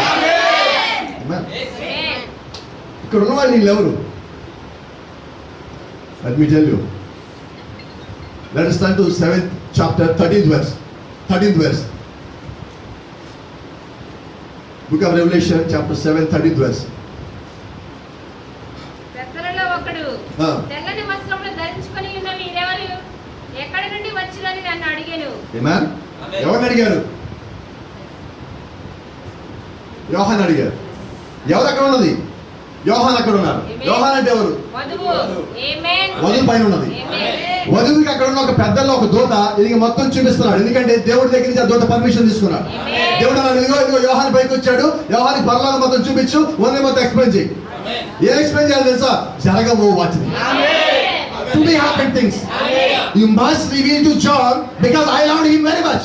So that you must reveal each and everything to him. What things should I reveal? To be happening things. జరగబోయే సంగతులు మొత్తాన్ని ఆయన చెప్పు. అయ్యా ఎందుకని ఆయన చెప్పాలి? నేను యోహాన్ ఎంతో ప్రేమించాను, పవిత్రుడు కనుక, యోహాన్ పైకి వచ్చాడు కనుక, యోహాన్ ఆత్మతో వచ్చాడు కనుక మొత్తం బయలుపరిస్తే యోహాన్ రాస్తాడు. రాసి కిందకి వెళ్ళి అందరూ అప్పచెప్తాడు. అది చదివిన వాడు వాడేవాడు తెలుసుకొని మళ్ళీ పైకి వస్తాడు. కాబట్టి there is a purpose for each and everything. ప్రతిదానికి ఒక ఉద్దేశం ఉంది దేవుడు చేసే ప్రతి పనికి. గమనించండి. అంటున్నారు, అయ్యా తెల్లని వస్త్రములు ధరించుకున్న వీరెవరు? జాగ్రత్తగా పరలోకానికి యోహాన్ వెళ్ళాడు. యోహాన్ అక్కడ ఉండేవాడు కాదు, అక్కడికి వెళ్ళినవాడు. ఆ పెద్దల్లో ఉన్నాయన ఆయన అక్కడే ఉండాయన. ఇప్పుడు అక్కడ ఉన్నవాడు అక్కడ సంగతులు చెప్పాలా, ఈ కింద చూసిన సంగతులు చెప్పాలా? వినబడా? అవునా? ఇప్పుడు అక్కడ ఉన్న ఆయన ఏమంటున్నాడంటే యోహాన్ చూపించి యోహాను వీళ్ళెవరు అంటున్నాడు. అయితే యోహాను అబ్బా బాస్ వీళ్ళు అలాగే ఉండొచ్చు, అల్లీలే ఉండొచ్చు అంటారు. అయ్యా నేను ఇక్కడ విజిటర్ని, ఈరోజు వచ్చాను నేను, నాకెలా తెలుస్తుంది? అన్నీ తెలిసిన వాడు నీవు నాకు బయలుపరిస్తే నాకు అర్థమవుతుంది, కానీ నాకెలా తెలుస్తుంది? You are appointed as my teacher. నువ్వు నాకు ఉపదేశకుడిగా నియమించబడ్డావు, నువ్వు నాకు చెప్పాలి. ఇప్పుడు ప్రాఫిట్ ఎవరు? మనకు ఉపదేశకుడు అయి ఉన్నాడు. ఆయన బోధిస్తే మనకు అర్థమవుతుంది. నా జ్ఞానం పెట్టి అడిగి ఇప్పుడు తిప్పి రాస్తాడు, అది వేరే లాగుతుంది. హల్లెలూయా. కాబట్టి ఇక్కడ ఏం చేయాలంటే when you are coming to the church, you need to surrender your heart to God. First of all, you need to surrender yourself. నువ్వు దేవుని యొక్క సన్నిధానానికి వచ్చినప్పుడు నువ్వేం చేయాలి? హృదయాన్ని దేవుడికి పూర్తిగా సమర్పించాలి. అప్పుడు వాక్యం నీ లోపలికి వస్తుంది, అప్పుడు ఈ దేవుడికి బయలుపరుస్తూ ఉంటాడు. హల్లెలూయా. ఇప్పుడు గమనించండి, ఈయన పైకి ఏమంటాడంటే నేను ఆత్మతో వచ్చాను, నేను ఇక్కడికి వచ్చాను, 7 సంఘాలు రాసినోడు నేనే, నాకు మొత్తం తెలిసిపోతే అనుకోలేదండి. ఏమంటున్నాడు? హంబుల్. అయ్యా నాకెట్లా తెలుస్తుంది? నేను ఇక్కడ విస్తరికి వచ్చాను, ఇక్కడ నువ్వు కాబట్టి. యువర్ లోకల్, నువ్వు ఇక్కడ స్థానిక 250 సంవత్సరాల నుంచి 1000 సంవత్సరాల నుంచి ఉన్నావు, నీకు తెలుసు కాబట్టి నువ్వే బయలుపరచు. దేవుడు నామానికి మహిమ కలుగునుగా. దేవుడు కొన్నిసార్లు మనం ఎవరో తెలుసుకోవడానికి దేవుడు కొన్ని ప్రశ్నలు అడుగుతూ ఉంటాడు. ఆ ప్రశ్న చాలా విచిత్రంగా ఉంటుంది. ఒకసారి దేవుడు ఏం చేస్తాడు? హెస్కేలు తీసుకున్నాడు. హెస్కేలు లోపల రాన్నాడు. హెస్కేల్తో మాట్లాడుతూ తీసుకుని దేవుడు ఒక లోయలో తీసుకెళ్ళాడు. లోయలో మధ్యలో ఆపాడు. లోయలో నుంచి తర్వాత హెస్కేల్కి ఎవరు చూడన్నాడు. హెస్కేలు మోకాల వరకు ఎముకల లోయలో కూరుకుపోయాడు. అప్పుడు దాకా ఎముకల మధ్యలో నడుచుకుంటూ వచ్చాడు. హెస్కేలు తెలియదా. ఇప్పుడు దేవుడు అన్నాడు, హెస్కేలు ఎక్కడ ఉన్నావు అన్నాడు. ప్రభా, వ్యాలీ ఆఫ్ డ్రై బోన్స్, చచ్చిన ఎముకల లోయలో ఉన్నాను ప్రభా నేను. ఇప్పుడు హెస్కేలు ఈ బోన్లు లేస్తాయా? ఈ బోన్లు బతుకుతాయా? ఈ ఎముకలు బతుకుతాయా? ఈ చచ్చిన ఎముకలు మళ్ళా తిరిగి బతకగలవా? అయ్యా అది నీకది. Is a profit. యోహాన్ ఎవరు? Is a profit. ఈయన అంటాడు, అయ్యా అది నీకే తెలియదు, నాకు తెలియదు. నీకు వాక్యము తెలియకపోతే నువ్వేం తెలియదు. అయ్యా ఏంటిది? What is this? అని కాదు, ఎవరు అడగాల? Holy Spirit. We all need to surrender our hearts and our heads to God or to the Holy Spirit. మనమందరం కలిసి నేను బయలుపరిచేది కాదు, మీరు బయలుపరిచేది కాదండి, ఇది దేవుడు మనకు బయలుపరచాలి. కాబట్టి వాక్యం రాగానే మనకన్నా పైన దేవుడు అనే వాక్యాలు పెట్టుకొని దాని కింద మనం ఉండాలి. ఆయన వాక్యం కింద మనకు విశ్రాంతి, ఆయన శరీరంలో మనకు విశ్రాంతి, ఆయన ఆత్మ మనకు బోధకుడు, ఆయన ఆత్మ మన సత్యాన్ని బోధించేది, ఆయన ఆత్మ మనం నడిపించేది, ఆయన ఆత్మ ఈ రోజు మనం జీవింపజేస్తా ఉన్నాడు. Let me continue. అందుకే నేను అయ్యా నీకే తెలియనగా అతడు ఇలాగ నాతో చెప్పాను. నేను అయ్యా అది నీకే తెలియాలి, నాకు ఎలా తెలుస్తాను కానీ అప్పుడు ఆయన చెప్పడం నాతో ప్రారంభించాడు. చూడండి స్పష్టంగా, వీరు మహాశ్రమలలో నుండి, ఒకసారి చదవండి ఎవరన్నా.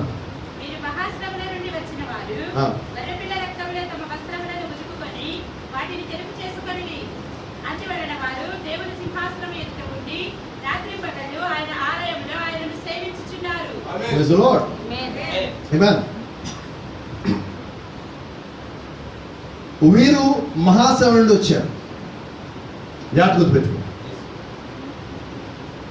హానోకు శ్రమలు వచ్చాక పైకెత్తబడ్డాడా, ముందెత్తబడ్డాడు? మొట్టమొదటి వర్షపు చుక్క పడక ముందే హానోకు పైకి వెళ్ళిపోయాడు. ప్రవక్త అంటాడు, హానోకు ఇలాగ పైకి వెళ్ళిపోవటం దూరం నుంచి నోవా చూసి ఓడగట్టండి రా అన్నాడు. అంటే హానోకు ఎత్తబడిన తర్వాత, లేదంటే వధువు ఎత్తబడిన తర్వాత సంఘం సిద్ధపడాలి. ఇప్పుడు నోవా ఎప్పుడు సిద్ధపడ్డాడు? When he saw Enoch was rapturing, then he started building the ark. ఎప్పుడు స్టార్ట్ చేశాడండి? రోజు రావటము, హానోకు వెళ్ళాలి చూడటము. 127 చూశాడు. 127 తర్వాత ఏం చేశాడంటే, ఒక రోజు హానోకు నిదానం పైకి వెళ్తున్నాడు. ప్రవక్త హానోకు ఒక్కొక్క రోజు ఒక్కొక్క అడుగుల పైకి వెళ్తున్నాడు భూమి మీద నుంచి. భూమి తన గురుత్వాకర్షణ శక్తిని హానోకు మీద కోల్పోయింది. అది కోల్పోతున్నప్పుడు హానోకు పైకి వెళ్తా కింద చూసి మొత్తం బాయ్ బాయ్ అన్నాడు. బాయ్ బాయ్ అసలు గుడ్ బాయ్ లేదు. బాయ్ బాయ్ అంటే మళ్ళా వస్తాడు, గుడ్ బాయ్ అంటే మళ్ళా రానని. ఇప్పుడు హానోకు బాయ్ బాయ్ అన్నాడా, గుడ్ బాయ్ అన్నాడా? ఇప్పుడు ఆయన గుడ్ బాయ్ పైకి వెళ్ళిపోయాడు. అంటే సంఘము సిద్ధపడే సమయానికి వధువు పైకి వెళ్ళిపోయాడు. హానోకు వధువుకి సాదృశ్యం. వధువు ముందు పైకి వెళ్ళిపోవాలి. 4వ అధ్యాయంలో యోహాను వధువు సాదృశ్యము. ఇప్పుడు యోహాను పైకి వెళ్ళిపోయాడు. ఇప్పుడు వధువు శ్రమలోంచి వస్తుందా? గడిగా చెప్పాలి. క్లారిటీ ఉంటే గడిగా చెప్పండి. ఇక్కడ అడిగే ప్రశ్న ఏంటంటే, వీరు మహాశ్రమ నుండి వచ్చిన వారు. ఇప్పుడు చెప్పండి, ఇది వధువా కాదా? పాస్టర్ గారు మమ్మల్ని ఎడక పెట్టారు. ఇప్పుడు దాకా వాళ్ళు మేము వధువు అనుకున్నాం కదా పాస్టర్ గారు. ఇప్పుడు వధువు కాదా? కొద్ది గొప్పి పట్టండి, కొద్ది గొప్పి పట్టండి. జాగ్రత్త. వీరు మహాశ్రమ నుండి వచ్చిన వారు గొర్రె పిల్ల రక్తంలో తమ వస్త్రం ఉదుకొని వాడిని తెలుపు చేసుకున్నారు. ఇప్పుడు చెప్పండి. పాస్టర్ గారు లేదు, వధువేనండి. ఇప్పుడే వధువు కాదన్నారు కదా. ఇదేంటిది? చూడండి, లేఖనం కన్ఫ్యూజ్ చేయదండి. నువ్వు కన్ఫ్యూజ్ అయితే అక్కడ నీకు లేఖనం కన్ఫ్యూజింగ్ అవుతుంది. ప్రవక్త అంటాడు, థ్యాంక్ యూ లార్డ్, దేవుళ్ళు ముగ్గురు అందులో ఫిక్స్ అయ్యి బైబిల్ చదివితే దేవుడికి ముగ్గురు కనిపిస్తారు. దేవుడు ఒక్కడే అని బైబిల్ చదివితే దేవుడికి ఒక్కడే కనిపిస్తారు. అంటే సమస్య ఎక్కడ ఉంది? నువ్వు ఏదో అనుకో దాన్ని చదివితే నీకు అర్థమవుతుంది. ఇప్పుడు వాళ్ళని నేను ఇందాకేం చెప్పాను చూడండి, వీరు మహాశ్రమంలో వచ్చిన వారు అని ఆపాను నేను. మీరేమన్నారు? నేను వధువు కాదు సార్. ఇప్పుడు ఏమన్నా నేను? గొర్రెపిల్ల రక్తంలో తమ వస్త్రం ఉదుకొని వాడిని తెలుపు చేసుకున్నవారు. ఇందాకెందుకు కాదన్నారు, ఇప్పుడు ఎందుకు అవునన్నారు? మీకు క్లారిటీ ఉన్నది అక్కడ. ఆ వాక్యం పూర్తిగా చదివినప్పుడు ఆ క్లారిటీ ఉన్నది, అది మిస్ కావద్దు. నీకు వాక్యం పూర్తిగా తెలియాలి. పరిశుద్ధాత్మనికి అది బయలుపరచాలని నీకు సమస్యను తెలియజేస్తాడు. ఇప్పుడు అక్కడ దాని ఒక ఉద్దేశం ఏంటంటే, గొర్రెపిల్ల ఎవరి కొరకు రక్తం కాచుంది? విడబడిన వారి కొరకు గొర్రెపిల్ల రక్తం కాచలేదండి. ఎవరి కొరకు రక్తం కాచింది? కేవలం వధువు కొరకు మాత్రమే. లోక పాపమును మోసుకొని పో దేవుని యొక్క గొర్రెపిల్ల, వధించబడినటువంటి గొర్రెపిల్ల. ఆ గొర్రెపిల్ల అధికారం కలిగి ఉన్నది. ఆ గొర్రెపిల్ల నిమిత్తం ఎవరైతే వాళ్ళు చంపబడ్డారో వాళ్ళందరినీ దేవుడు మళ్ళా పైకి తీసుకుంటాడు. రైట్? ఇప్పుడు ఆ గొర్రెపిల్ల రక్తంలో వీరు వారి యొక్క వస్త్రం ఉదుకొని తెలుపు చేసుకున్నారు. అంటే మన పాపాలు ఏ రంగులో ఉంటాయి? నల్ల ఉంటాయి మన పాపాలు. ఆ రక్తం ఎలా ఉంటుంది? ఎర్రగా ఉంటుంది. మరి మన నల్లని పాపాలు ఎర్రని ప్రభావం యేసుక్రీస్తు రక్తంలో ఉతికిన తర్వాత ఆ పాపాలు ఎలాగో తెలుసా? తెల్లని, హిమమంతా తెల్లగా ఉన్న పావురూపు రెక్కల వలె మారుతుంది. అంటే ఇప్పుడు పావురూపు రెక్కల వలె వారి యొక్క వస్త్రం వాళ్ళు ఉదుక్కొని యేసుక్రీస్తు రక్తంలో కడుక్కొని వాళ్ళు బయటకు వచ్చారంటే ఇప్పుడు వాళ్ళు నరకానికి పోతారా, లేకపోతే పాతాళానికి పోతారా, పరలోకానికి పోతారా? అంటే ఇప్పుడు వీళ్ళు విడబడిన వాళ్ళ కాదండి. సమస్య ఇక్కడే వస్తుంది. బైబిల్లో ఏంటంటే నిద్రిస్తున్న కనిక, మెలకుగా ఉన్న కనిక. ఈ మెలుగుగా ఉండే కణికలు మళ్ళీ భాగంలో ఉన్నాయి. ఏ భాగంలో ఉన్నాయంటే పరిశుద్ధాత్మ కలిగి ఉన్న భాగం. వాళ్ళు పరిశుద్ధాత్మ కలిగి ఉన్నారు. ఇప్పుడు ఇక్కడ వధువులో వచ్చేసి 4వ అధ్యాయంలో ఒక భాగం పైకి వెళ్ళింది, రెండో భాగం రావాలి. మాస్టర్ గారు 2 ఎత్తబాట్లు, నో సార్, ఎత్తబాటు ఒకటే, 2 భాగంలో. ఈ 2 వచ్చేంత వరకు ఆయన పరిపూర్ణంగా ప్రవర్తించినాడు. ఆయన చాలా స్పష్టంగా దీని గురించి మాట్లాడుతున్నాడు. చాలా మంది అనుకున్నట్టుగా ఆ గొర్రెపిల్ల ఎత్తబడిన తర్వాత మళ్ళా సీయోను కొండ మీదకి వస్తుంది. అక్కడ ముద్రించబడే దాసులతో కావటం మాట్లాడడం జరుగుతుంది. అయితే చాలా మంది అనుకున్నట్టుగా ఆ 1,44,000 మంది వధువు కాదు. ఇక్కడ మీకు ఒక చిన్న పాత నిబంధనలో ఒక చిన్న భాగం ఇక్కడ చెప్పిన తర్వాత ఇక్కడికి వస్తే స్పష్టంగా అర్థమవుతుంది. దీన్ని మనం ఇక్కడ ఆపుదాం, మళ్ళీ అక్కడికే దీన్ని కలుపుకుందాం. అర్థమన్నారా?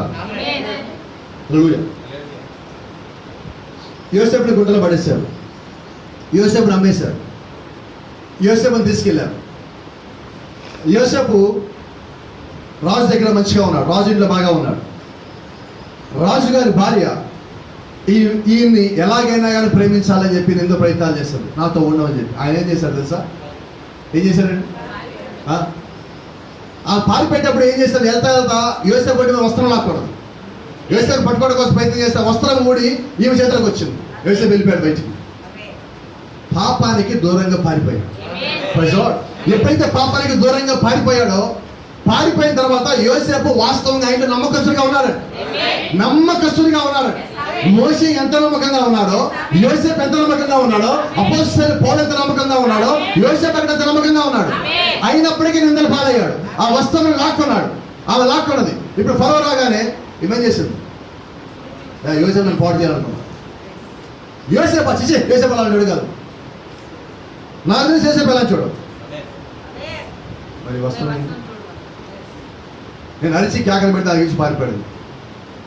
ఆయనతో మాట్లాడుకుని నేరుగా తీసుకెళ్ళి జైల్లో పడేస్తాను.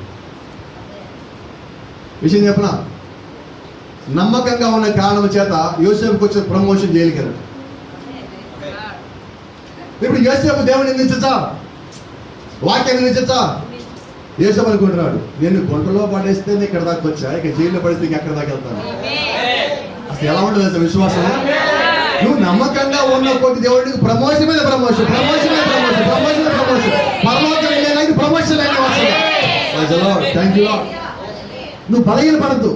నువ్వు యథార్థంగా ఉన్నావా, నువ్వు నిలబడి ఉన్నావా, దేవుడాత్మ కింద ఉన్నావా, నువ్వు సరిగా ఉన్నావా, నీ హృదయం సరిగా దేవుడితో ఉన్నదా, అలాగే ఉంది.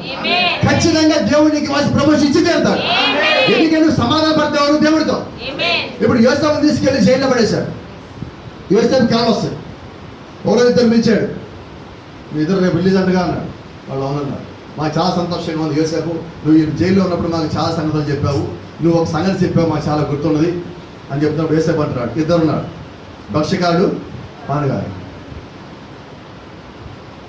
ఒకడివేమో నువ్వు ఉండవు, నువ్వు పోతావు, ఇంకో నువ్వు దేవుడి పక్షాన్ని ఉంటావు. నువ్వు ఉన్నప్పుడు నేను జ్ఞాపకం చేసుకో, అంత అయిపోయింది. ఎప్పుడు జ్ఞాపకం చేసుకోవాలి చెప్పలా, నన్ను జ్ఞాపకం చేసుకో అన్నట్టుగానే ఒకడు మరణించాడు, ఒకడు మిగిలి ఉన్నాడు. ఆ ఊళ్ళో పెద్ద సమస్య వచ్చింది, కళ వచ్చింది. ఆ కళకి దర్శనం అయిపోయి ఎవరు దొరకటలా.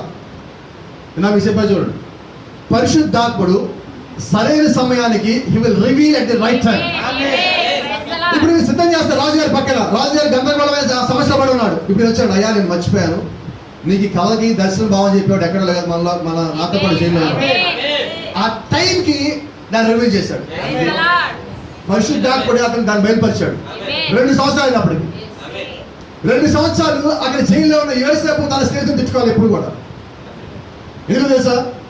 యోసేపుకి దర్శనం వచ్చింది, ఆ కళ వచ్చింది, అది నిజం కాకుండా పోతుంది.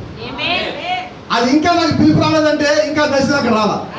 పిలుపు వచ్చిందా రెడీ అవటమే, దేవుడి పిలిచాడు రెడీ అవటమే, పరిశుద్ధాత్మ వచ్చాడు రెడీ అవటమే. నువ్వు కత్తి తీయటమే, యుద్ధానికి పోవటమే. ప్రతిరోజు రుద్దుతా ఉండి సాలపడతా ఉండి యుద్ధం వేస్తే రెడీగా ఉండి అక్కడ. ఇప్పుడు యోసేపు లోపల రెడీగా ఉన్నాడు. ఏమేన్ యోసేపు బయటకు వచ్చాడు, ఆయనకు వచ్చే కళ దర్శనం మొత్తం చెప్పాడు. ఇప్పుడేం చెప్పాడు తెలుసా? యోసేపు ముందు వెళ్తా ఉంటే ప్రతి ఒక్క మోకాలు యోసేపు ముందు ఉన్నారు. జైల్లో అక్కడ గుంటలో పడేసినప్పుడేమో యోసేపు నమ్మకమైన పనివాడిగా ఉన్నాడు. ఇప్పుడు జైల్లోకి వచ్చిన తర్వాత ఇంకొంచెం కష్టం ఎక్కువ పడ్డాడు కదా, ఇంకా ఎక్కువ ఓపిక పచ్చాడు కదా. ఇప్పుడు దేవుడు డబుల్ ప్రమోషన్ ఇచ్చి రాజుతో మాత్రం రాజు అయ్యాడు. ఇప్పుడు ఒక రోజు యోసేపు చక్కగా ఉంటాను చూసి ఆయన అన్నాడు, యోసేపు ఎంతకాలం ఇలా ఉంటావు, పెళ్లి చేసుకోకూడదు. అయ్యా నువ్వే చేయరాదు, నాకు పెళ్లి, నాకు ఎవరున్నారు, నా కుటుంబం అక్కడక్కడ ఉండిపోయి నాకు తెలియదు, కాబట్టి నువ్వే పెళ్లి చేయమను. సరే ఓను యాజకుడు కుమార్తె నాకు బాగా తెలిసినామా, ఆశీర్వాదం ఆమె నుంచి పెళ్లి చేస్తాను. ఓకే అని ఇష్టం, ఆశీర్వాదం పెళ్లి చేసుకున్నాడు. యోసేపు యేసుక్రీస్తుకు సాదృశ్యమై ఉన్నాడు. అన్నదమ్ములు తోసేపడినప్పుడు, అన్నదమ్ములు గుంటలు పడేసినప్పుడు, అన్నదమ్ములు అప్పచెప్పినప్పుడు, కిందకి జైల్లో పడేసినప్పుడు దేవుడు తీసుకెళ్లి పైకి అప్పచెప్పడం, ఇదంతా యేసుక్రీస్తు యొక్క జీవిత సాదృశ్యంగా ఉన్నది. కాబట్టి ప్రవక్త యొక్క వర్తమానం గురించి మాట్లాడుతుంటున్నాడు. అన్నదమ్ములు యేసుక్రీస్తు యోసేపు దగ్గరికి వచ్చే సమయానికి ఆస్తినేతితో యోసేపు వివాహమైంది. మాస్టర్ గారు మనం చెప్పుకోవడం అంశం ఏంటి, మీరు వెళ్ళిన అంశం ఏంటి, మాకు ఈ సంగతి తెలియదా? ఓ చిన్నప్పుడు బైబిల్ సండే స్కూల్ అప్పుడే చెంటున్నాం. Yes sir, that's true. ఇక్కడ యేసుక్రీస్తు సహోదరులు యూదులు. యూదులు పైకి వచ్చేటప్పటికి యేసుక్రీస్తు భార్య అక్కడ వెనకాల ఉంటారు. 4వ అధ్యాయం నుంచి వచ్చిన వధువు యేసుక్రీస్తు వెనకాల ఉంటారు. రైట్. యోసేపు అక్కడ నిలబడినప్పుడు చుట్టుపక్కల రాజ్యాల మొత్తంలో కరువు వచ్చినప్పుడు, ధాన్యం లేకపోయినప్పుడు, యాకోబు తన కుమారుల మొత్తం పక్కన ఐగుప్తులో వాళ్ళు ధాన్యం అమ్ముతారు, వీళ్ళు కొనుక్కుని అన్నప్పుడు, వాళ్ళు ధాన్యం కొరకు వచ్చినప్పుడు, వాళ్ళు యోసేపు నిలబడినప్పుడు, యోసేపు వాళ్ళని గ్రహించినప్పుడు, వీళ్ళు ఇంకా ఒకరు ఉండాలి, ఒకరిని ఏదో తినేసింది కాదు కదా, ఇంకా ఇంకొకటి ఉండాలి, ఇంకోటి చిన్నోడు ఇంటి దగ్గర ఉన్నాడు, వాడికి రావడం కుదరదు. మీరు మళ్ళా ఈసారి రావాలంటే, ధాన్యం కావాలంటే ఆ చిన్నోడు కూడా తెస్తే మీరు ఉండాలి, లేకపోతే మీరు అందరూ పోతారు. మళ్ళా ధాన్యం అయిపోయింది. ఇప్పుడు యోసేపు మళ్ళా కనిపెడుతున్నాడు. అక్కడ 2 ఏళ్ళు జైల్లో ఉండి కనిపించాడు సమయం కోసం, 13 ఏళ్ళు అక్కడ ఉండి దాసత్వంలో ఉండి కనిపించాడు. ఇప్పుడు అన్నల్ని వెనక్కి పంపించి మళ్ళా తమ్ముడైన బెన్యామీన్, చూడండి రాహేలుకి పుట్టారు వీళ్ళిద్దరు, యోసేపును బెన్యామీన్ ఇద్దరు పుట్టారు రాహేలుకి. అందరిని చూశాడు, బెన్యామీన్ మాత్రం చూడాలి. ఇప్పుడు బెన్యామీన్ చూడాలి, యోసేపు ఆశపడుతున్నాడు. ఇప్పుడు వాళ్ళందరూ కలిసి మళ్ళా రావాలి. వాళ్ళందరూ యోసేపు దగ్గరికి వచ్చే సమయానికి యోసేపు ఎవరో వాళ్ళకి బయలుపరుచుకున్నాడు. రైట్. బెన్యామీన్ కూడా ఉన్నాడు అక్కడ. వాళ్ళందరూ తను బయలుపరుచుకున్నాడు. బయలుపరుచుకున్నప్పుడు ఏం చేస్తారు తెలుసా, వాళ్ళందరూ అక్కడే వచ్చి మిగిలిన మొత్తాన్ని బయట పంపించి, అన్నదమ్ములు మొత్తం అక్కడ వచ్చి ఆశెత్తులు లోపలికి బయట పంపించారు. ఎందుకు ఆశలు అన్నదమ్ములు. పరలోకలు ఏం జరగాలి ఇప్పుడు, మీరు చెప్పాలి. ఇప్పుడు నేను అన్నాను పరలోకలు ఏం జరగాలి. ఈ యూదులు మొత్తం పైకి వచ్చే సమయానికి యేసుక్రీస్తు యొక్క భార్య లేదా ఆయన యొక్క వధువు ఆలనక లోపల ఉన్నారు. 4వ అధ్యాయంలో ఆమె, 7వ అధ్యాయంలో వచ్చిన వీళ్ళు మొత్తం కలిసి అక్కడ రావాలి. ఏమన్ కొంచెం ముందుకు వెళ్దాం. 15వ వచనం.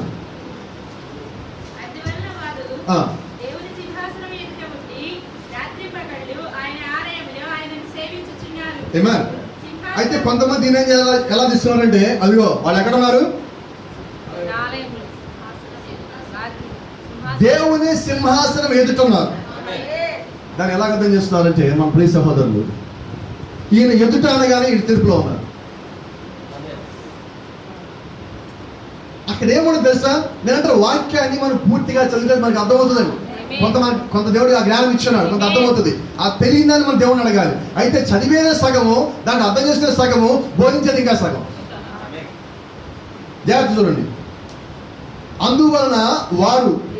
ఎందువలన గొర్రెపిల్ల రక్తములో వారు తమ వస్త్రము దుక్కొని వారి పాపాలు మొత్తం కడుక్కొని తెలుపు చేసుకున్నారు. అందువలన, రైట్, అందువలన వారు దేవుని సింహాసనం ఎదుట ఉండి రాత్రి పగళ్ళు ఆయన ఆలయంలో ఆయన సేవిస్తున్నారు. ఎవరు సేవిస్తున్నారండి? ఆ తీర్పులో ఉన్న వాళ్ళు ఎలా సేవ చేస్తారు? Praise the Lord. Amen. Thank you lord.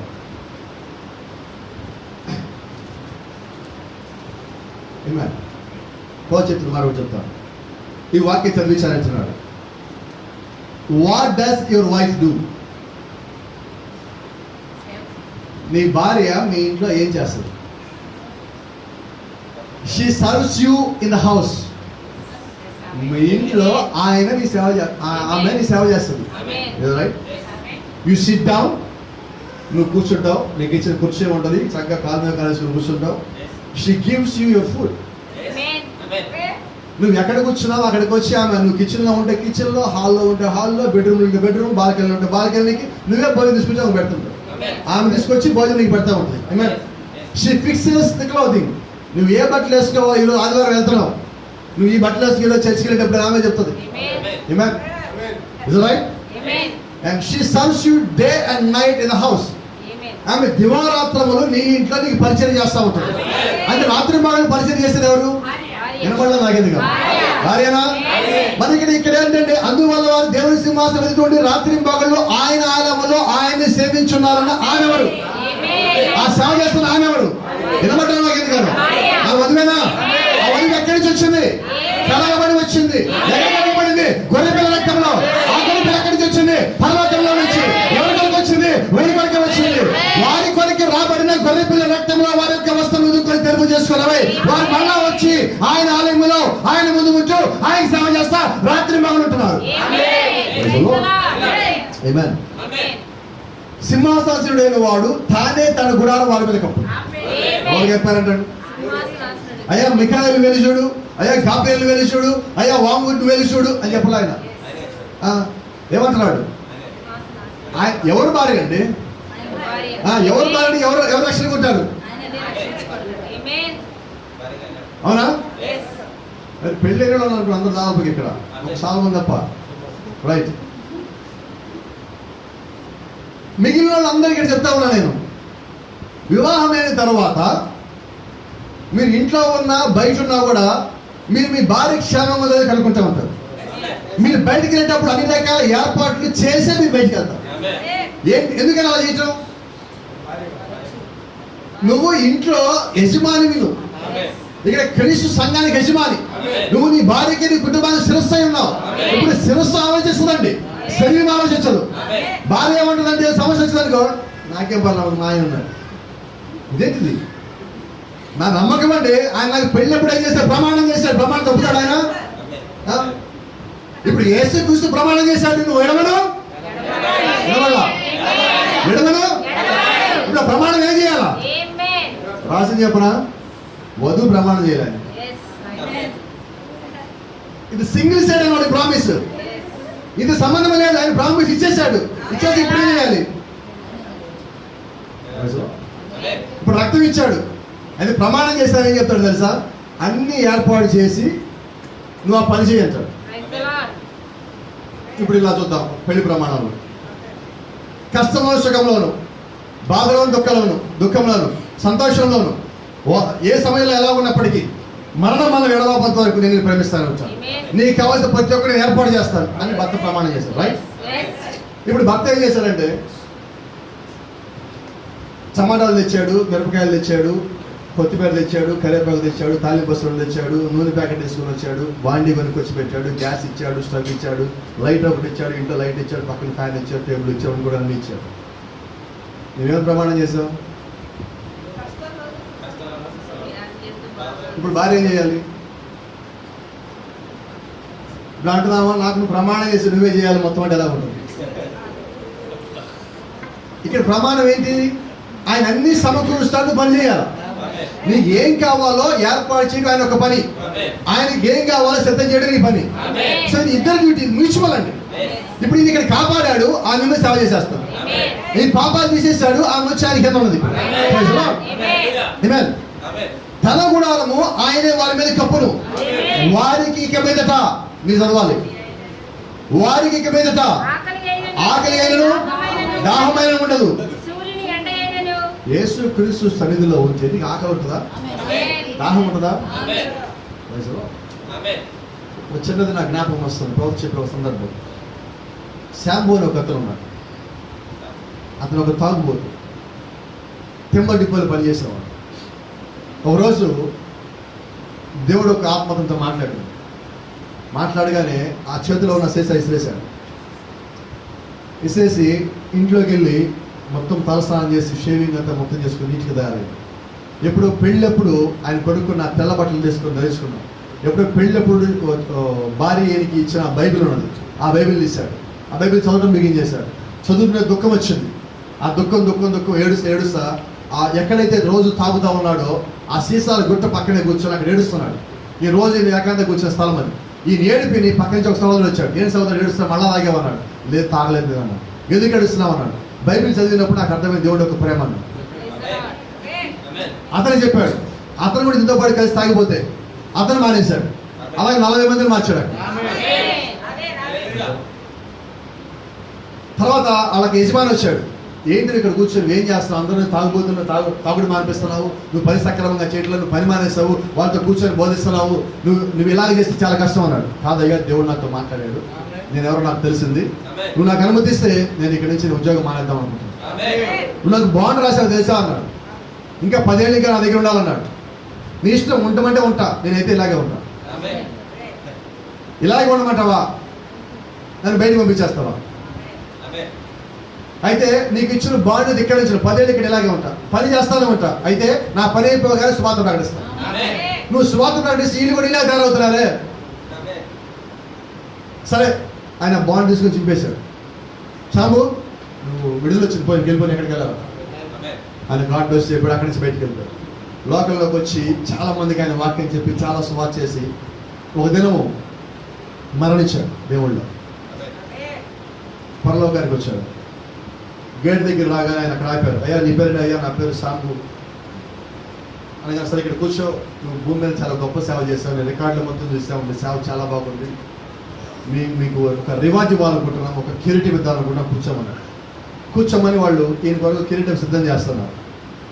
ఆయన నాకు దూతను పిలిచి, నేను లోపలికి వెళ్తానన్నాడు. కూర్చొని కిరీటం పెట్టుకుని వెళ్ళాలన్నాడు. నాకు ఈ కిరీటం వద్దయ్యా, నన్ను లోపల పంపించినాను. కాదు, నీ కిరీటం పెట్టాక పంపించాలి, మాకు ఆర్డర్స్ అన్నాడు. కాదు, నేను వచ్చింది మీ కిరీటాలు, మీ బహుమానాలు దీనికోసం కాదు. అక్కడ లోపలికి వెళ్తే అక్కడ ఒక ఆయన ఉంటాడు, నేను ఆయన ముఖం చూద్దామని వచ్చాను. జీవిత కాలం ఆ ముఖం కొరకు నేను కనిపించాను. ఇప్పుడు నాకు అవకాశం వచ్చింది, నన్ను ఎందుకు ఆపుతున్నారు? కాదు, నువ్వు ఇక్కడ నుండి కిరీటం పెట్టుకెళ్తే నీకు గౌరవం, నీకు ఇచ్చిన మర్యాద, దీన్ని బట్టి అందరూ మెచ్చుకుంటారంటే ఈ మెచ్చుకోవడాలు నాకొద్దు, ఈ కిరీటాలు నాకొద్దు, ఈ అవార్డులు నాకొద్దు. నాకు ఆయన ముఖాన్ని 1000 ఏళ్ళు చూసే అవకాశం. 1000 ఏళ్ళు. ఎందుకు ఆయన ముఖాన్ని చూడాలనుకుంటున్నామంటే ఆయన ముఖం చూస్తే నాకు ఆకలి ఉండదు. ఆయన లోపలికి ఎలా ఉంటుందంటే క్రీస్తు సన్నిధిలో ఉంటే చాలు. నేను ఆయన ముందు కూర్చొని ఆయన స్తుతిస్తూ ఆయన మైపరుసు ఒక పాట పాడాలనుకుంటున్నాను. అలాంటి అవకాశం నాకు వచ్చినప్పుడు ఇంకా కూర్చోబెడతానండి. ఇక్కడ నేను కిందంతా వెయిట్ చేసి ఇక్కడికి వచ్చా. నన్ను మళ్ళీ ఇక్కడ కూర్చోబెట్టద్దు. నాకు వీలుంటే మీకు అవకాశం ఉండదు, అక్కడ పంపించాను. Praise the Lord. కాబట్టి పైకి వెళ్ళినప్పుడు అక్కడ ఆకలి ఉన్నదా, దాహం ఉన్నదా? Praise the Lord. సూర్యుని ఎండను ఏ వడగాలేను వారికి తగలదు. ఇంకొంచెం ముందుకు వెళ్దాం. ఏలయనగా సింహాసన మధ్యమందుండు గొర్రెపిల్ల వారి కాపరి అయి జీవ జలముల బుగ్గల యొద్దకు వారు నడిపించును. దేవుడే వారి కన్నుల నుండి ప్రతి బాష్ప బిందువు తుడిచివేయును. ఆమేన్. She serves you day and night in the house. See? And this one, these of all nations, the Gentiles. ఈ లెక్క పెట్టలేని గొప్ప జనసమూహం మొత్తము ఎవరంటే, ఈ పైకి వచ్చి ఆయన ఆలయంలో ఆయన సేవించేవాడు ఎవరంటే అన్ని జనులు. ప్రవక్త అన్నాడు, these all of the nations, the gentiles, which is the bride. ఎవరన్నాడు? వధువు అంటారు. Are before the throne of God. వీళ్ళందరూ ఎక్కడున్నారు? దేవుడి యొక్క సింహాసనం ముందు ఉండి, with him day and night they are worshiping him. They are worshiping with him. ఆయనతో కలిసి ఆయనలో వాడు ఆరాధిస్తున్నారు. All remember what we said last time, we talked on it. దీని గురించి మనం మాట్లాడుకుంటున్నాం. Praise Lord. వాళ్ళందరూ ఏమై ఉన్నారంటే వాళ్ళ వస్త్రములు కడుక్కొని, వాళ్ళ వస్త్రములు ఉదుక్కొని, తెలుపు చేసుకొని క్రీస్తు ముందుకు వచ్చి నిలబడ్డారు. ఇప్పుడు వీళ్ళంతా అక్కడ వాళ్ళలో ఉన్న ఆ భాగంతో కలిసినప్పుడు దేవుడు అక్కడ పరిపూర్ణ అయి ఉన్నాడు. ఇప్పుడు అది ఫుల్నెస్ వచ్చింది. 4వ అధ్యాయంలో వచ్చిన భాగం శ్రమలో లేకుండా కొనుకోబడిన భాగం. 7వ అధ్యాయంలో ముద్రించబడిన దేవుని యొక్క దాసులు అని దేవునికి వధువుకి పరిచయ నిమిత్తము ముద్రించబడిన వారు, వస్త్రములు ఉదుక్కొని తెలుగు చేసుకున్న వారు. మరి ఎంతమంది పైకి వచ్చారు? వధువుల మొదటి భాగం, వధువుల 2వ భాగం. దేవుని యొక్క దాసులుగా ముద్రించబడిన 1,44,000 మంది పైకి వచ్చారు. ఇంకెవరు ఉన్నారా? ఉన్నారండి. విడబడి వారు ఉన్నారు. అసలు సంఘాలు 2. దేవుడు నమ్మిన సంఘము, నమ్మని సంఘం. ఆత్మ కలిగింది, ఆత్మ లేదు. మెలకుగా ఉన్నది, నిద్రిస్తున్నది. ఇప్పుడు నిద్రిస్తున్న కన్యక ఎక్కడ ఉందంటే ఇప్పుడు తీర్పులో ఉన్నది. ఆమెకి తెలిసి అన్ని చెప్పి నమ్మునప్పుడు ఆమె ఏమైనదంటే నిద్రావస్థలో ఉన్నది. కాబట్టి మన ఇళ్ళలో అంటూ ఉంటాం చూడండి, పిల్లలు మమ్మల్ని లేపుతూ ఉంటాం. ఇక్కడ ఉన్న వాళ్ళు మీకు తెలుసు, పిల్లలు లేపుతూ ఉంటారు. పిల్లలు లేస్తారా? వాళ్ళు పడుకున్నారా?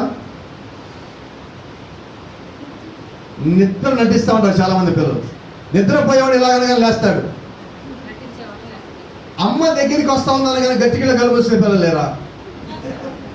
వాళ్ళు ఏంటంటే నిద్ర లేదండి, వాళ్ళకి లేవటం ఇష్టం లేక వాళ్ళు ఏం చేస్తారంటే అమ్మ ఎక్కడ లేకపోద్దని గట్టి కళ్ళు కూర్చుంటారు. వాళ్ళు లేపగలరా మీరు? అంటే సత్యము తెలిసి, పరిశుద్ధాత్మను పొందుకోవాలని తెలిసి, వాక్య ప్రకారంగా ఉండాలని తెలిసి నువ్వు అలా లేకుండా అలా ఉన్నట్టుగా నటిస్తావు అంటే తెలుసుదా? అయితే తీర్పు ఎప్పుడు? అర్థమవుతుందా? నువ్వు దేవుడి నుంచి ఏమి దాచిపెట్టలేవు, నా నుంచి దాచిపెట్టచ్చు. ఇంట్లో తల్లిని దాచిపెట్టచ్చు, దేవుడిని దాచిపెట్టగలవా? మనం ఇంట్లో ఒక్కడ 5 నిమిషాలు లేట్ చేస్తే అందరం లేట్కి వెళ్ళాలి చర్చ్, అవునా? అందరి ముందు రెడీ అయితే 5 నిమిషాల ముందు చర్చిలో ఉంటాం. ఇప్పుడు ఎవడన్నా ఇంట్లో ఒక నిద్ర నటిస్తా ఉంటే వాడు ఒక్కడిని బట్టి ఇంట్లో వాడు అందరూ ఆ రోజు లేట్ అవ్వాలి. కాబట్టి ఏం చేద్దాం? నిద్ర నటించడం వేరే, నిద్రపోవటం వేరు. పరిశుద్ధాత్మ నిద్ర పోతడం లేపుతుంది. మీకు తెలుసా? ఆ 10 మంది కమికలు అక్కడ వాళ్ళు పడుకొని ఉన్నారు. బైబిల్ చెప్తా ఉన్నారు. ఆ పెళ్లి కుమారుడు వచ్చినప్పుడు పెళ్లి కుమారు సేవకుడిని కేక పెట్టాడు, అనగా ప్రవక్త కేక పెట్టాడు, ఇల్లు పెళ్లి కుమారుడు వచ్చాడు, ఇల్లు పెళ్లి కుమారుడు వచ్చాడు. 10 మంది లేచారు. 5 ముందు లేచారు, గబాబా రెడీ అయ్యారు. వాళ్ళ దగ్గర ఉన్న డ్యూటీలు మొత్తం రెడీ చేశారు. గల్లాపలు నూనె పోసుకున్నారు, వెలిగించారు, పట్టుకొని బయలుదేరారు. వాడు వచ్చాడు, అదే రాత్రి మనం సిద్ధపడలేదే, ఎక్కడుంది ఇది నూనె? నూనె ఎక్కడ దొరుకుతుంది? ఏ చర్చిలో దొరుకుతుంది? ఏ స్థానంలో దొరుకుతుంది? కొనుక్కుంటా వచ్చేది కాదండి. నువ్వు కలిగి ఉండాలి. ఈ రోజు అదే అంటే నువ్వు ఎక్కడికి వెళ్ళినా నీ లోపల నువ్వు పరిశుద్ధాత్మను తీసుకుని పోవాలి. నువ్వు వెళ్ళిన చోట ఎలా ఉండాలంటే సమస్తం సరిచేయబడాలి. అది ప్రార్థనాపూర్వమైన వాతావరణం అక్కడ రావాలి. అది ఎవరి వల్ల సాధ్యం అవుతుంది? నా వల్ల సాధ్యం కాదు, మీ వల్ల సాధ్యం కాదు, మీరు కలిగి ఉన్న ఆత్మ వల్ల సాధ్యం అవుతుంది. ఈ రోజు అదే ఆత్మ మనం నడిపిస్తుంది. అదే ఆత్మ కింద మనం ఉన్నాము. ఆ ఆత్మ మనం ఎలాగైతే నడిపించాడో నువ్వు అలాగే నడవలసి ఉన్నది. నీ వాక్యం నీకు అర్థం అవ్వాలంటే పరిశుద్ధాత్ముడు ఆ సమయానికి నీకు బయలుపరచాలని సిద్ధపడినప్పుడు నీకు బయలుపరచబడతాడు. కాబట్టి ఇప్పుడు మనం మాట్లాడుకుందాం. ఫస్ట్ ప్రశ్న, తెల్లని వస్త్రం ధరించుకున్న వీరెవరు? మీ సమాధానం చెప్పాలి.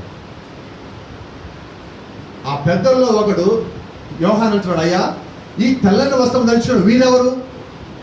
అయ్యా నాకు తెలియని యోహాను అన్నాడు. అయితే ఇప్పుడు ఇక్కడున్న యోహానుగా సంగతి తెలుసు. వాళ్ళు వధువులో ఉన్నవారు, పొలైన రక్తంలో వస్త్రం వదుకొని తెలుగు చేసుకున్నవారు. ఇప్పుడు మీకు సమాధానం తెలుసు. ఆ 1,44,000 మంది ఎవరు? దేవుని యొక్క దాసులు, పనివారు. వధువు నిమిత్తము, దేవుని నిమిత్తం, పరలోకంలో పనిచేసే నిమిత్తం ముద్రించబడిన వారు. మీకు క్లారిటీ ఉండదు. 4వ అధ్యాయంలో పైకి వెళ్ళింది ఎవరు? శ్రమలో చదవడానికన్నా ముందు కానీ హానోకు మాదిరిగా పైకి వెళ్ళినవారు. హానోకు పైకి వెళ్ళాడు. ఎప్పుడు పైకి వెళ్ళాడు? దేవునితో పాటు నడిచి పైకి వెళ్ళాడు. నడిచి పైకి వెళ్ళేటప్పుడు నోవహు ఆయన చూశాడు. చూసేమన్నాడు? వినబడలా? ఓడ కట్టడం రా అన్నాడు. వీళ్ళు ఓడ బిగింగ్ చేశారు. ఇప్పుడు హానోకు పైకి వెళ్ళిపోతే వీళ్ళు ఓడ కట్టడం ఏంటి? ఎత్తబాటు అయిపోయింది కదా. ఇది సంఘం. సంఘం ఎలా నమ్ముతుంది తెలుసా? నిదానంగా నమ్ముతుంది. ఏదన్నా ఒక కార్యం జరిగినప్పుడు సంఘం నమ్ముతుంది.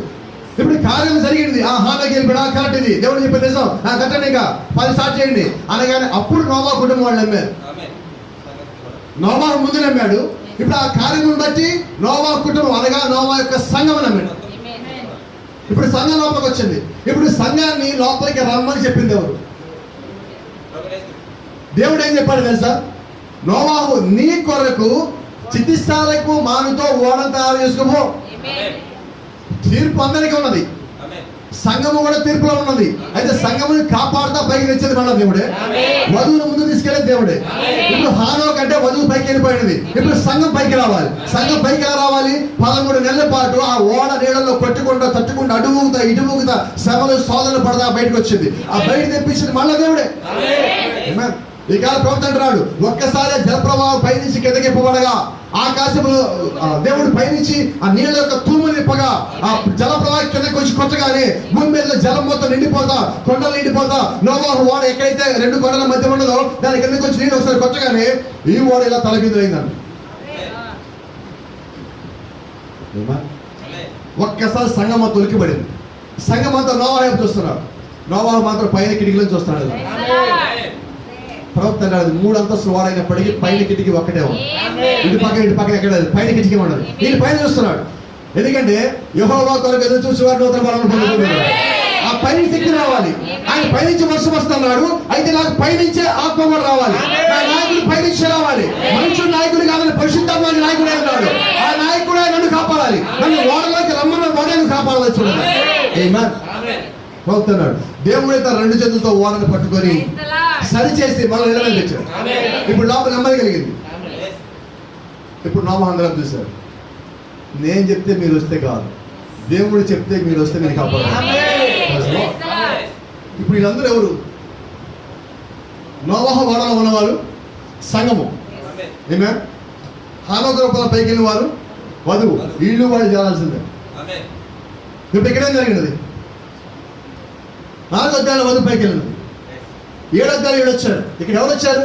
ఒక పక్కన 144,000 మంది పనివాళ్ళు, ఇంకో పక్కన లెక్క పెట్టని గొప్ప జనసమూహం ఇంకో పక్కన ఉన్నారు. వెనకాలేమో 4వ అధ్యాయంలో వచ్చి వధువు ఉన్నది, మధ్యలో యేసుక్రీస్తు.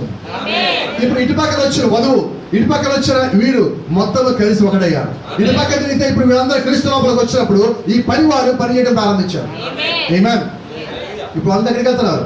సింహాసనం మధ్యలో నుండి గొర్రె పిల్ల వారికి కాపరి అయి, ఒకటే భర్త, ఒకటే భర్త, లెక్క పెట్టే గొప్ప జన సమూహము, శ్రమల కన్నా ముందుగా పైకెత్తబడిన వధువు అన్ని ఆయన లోపల ఉన్నారు. ఆయన ముందు పరివారం ఉన్నారు.